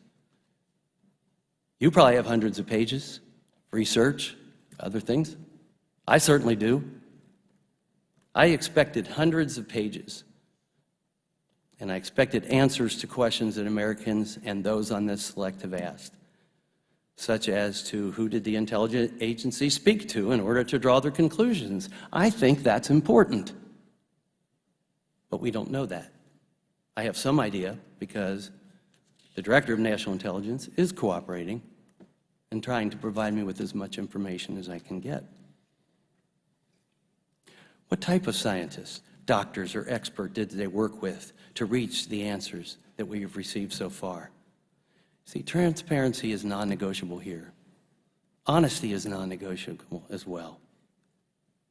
In this case, lives depend on it. Americans should be competent in the conclusions reached. But in order for them to be competent, they must be provided with facts.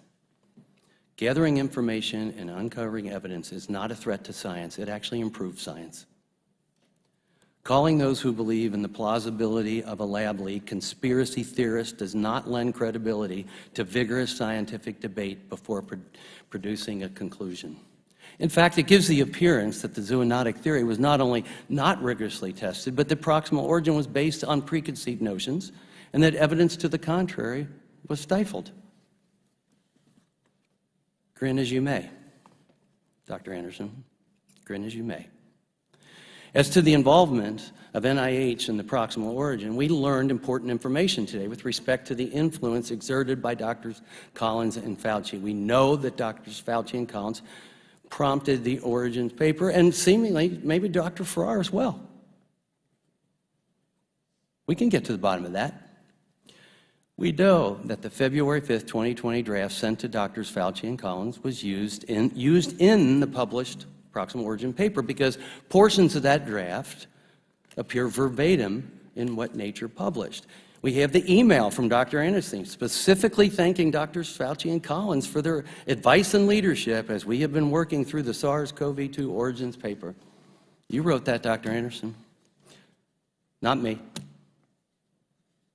And before it was finalized, Dr. Anderson sent an email to Drs. Fauci and Collins to ask if they had any comments, suggestions, or questions about the paper. That to me is pretty inclusive, about the paper, at all. Dr. Anderson has raised the point that there is substance difference between about the paper as opposed to on the paper. But are we expected to believe this email was not a solicitation to provide input with respect to the substance of the paper on a paper they prompted? Prompting's not my word. Anderson's own words clearly demonstrate the close coordination that occurred from the inception of proximal origin to its publication between the authors and NIH leadership. We too want to take a complete look at all the facts, something that was not done when proximal origin was published. We covered the reasons and motivations as to why debate and discourse were stifled today. If the breadcrumbs of the origin of COVID-19 lead us directly to the doorstep of a single wet market in central China, then we should start there and work backwards, smartly. Large portions of the intel community, however, numerous experts and the evidence gathered indicate confidence that the virus originated from a lab.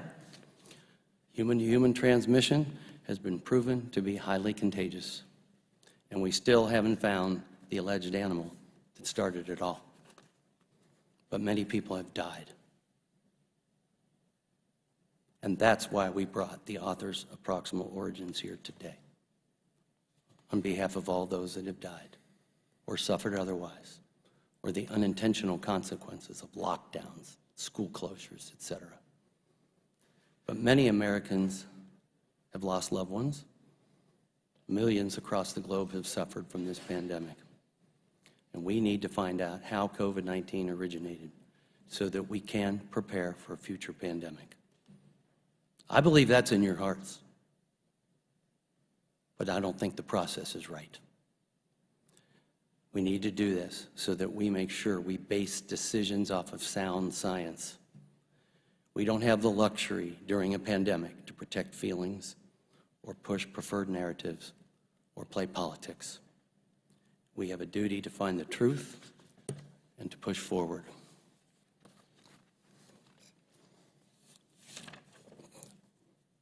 In closing, I do truly want to thank our panelists once again for their important and insightful testimony.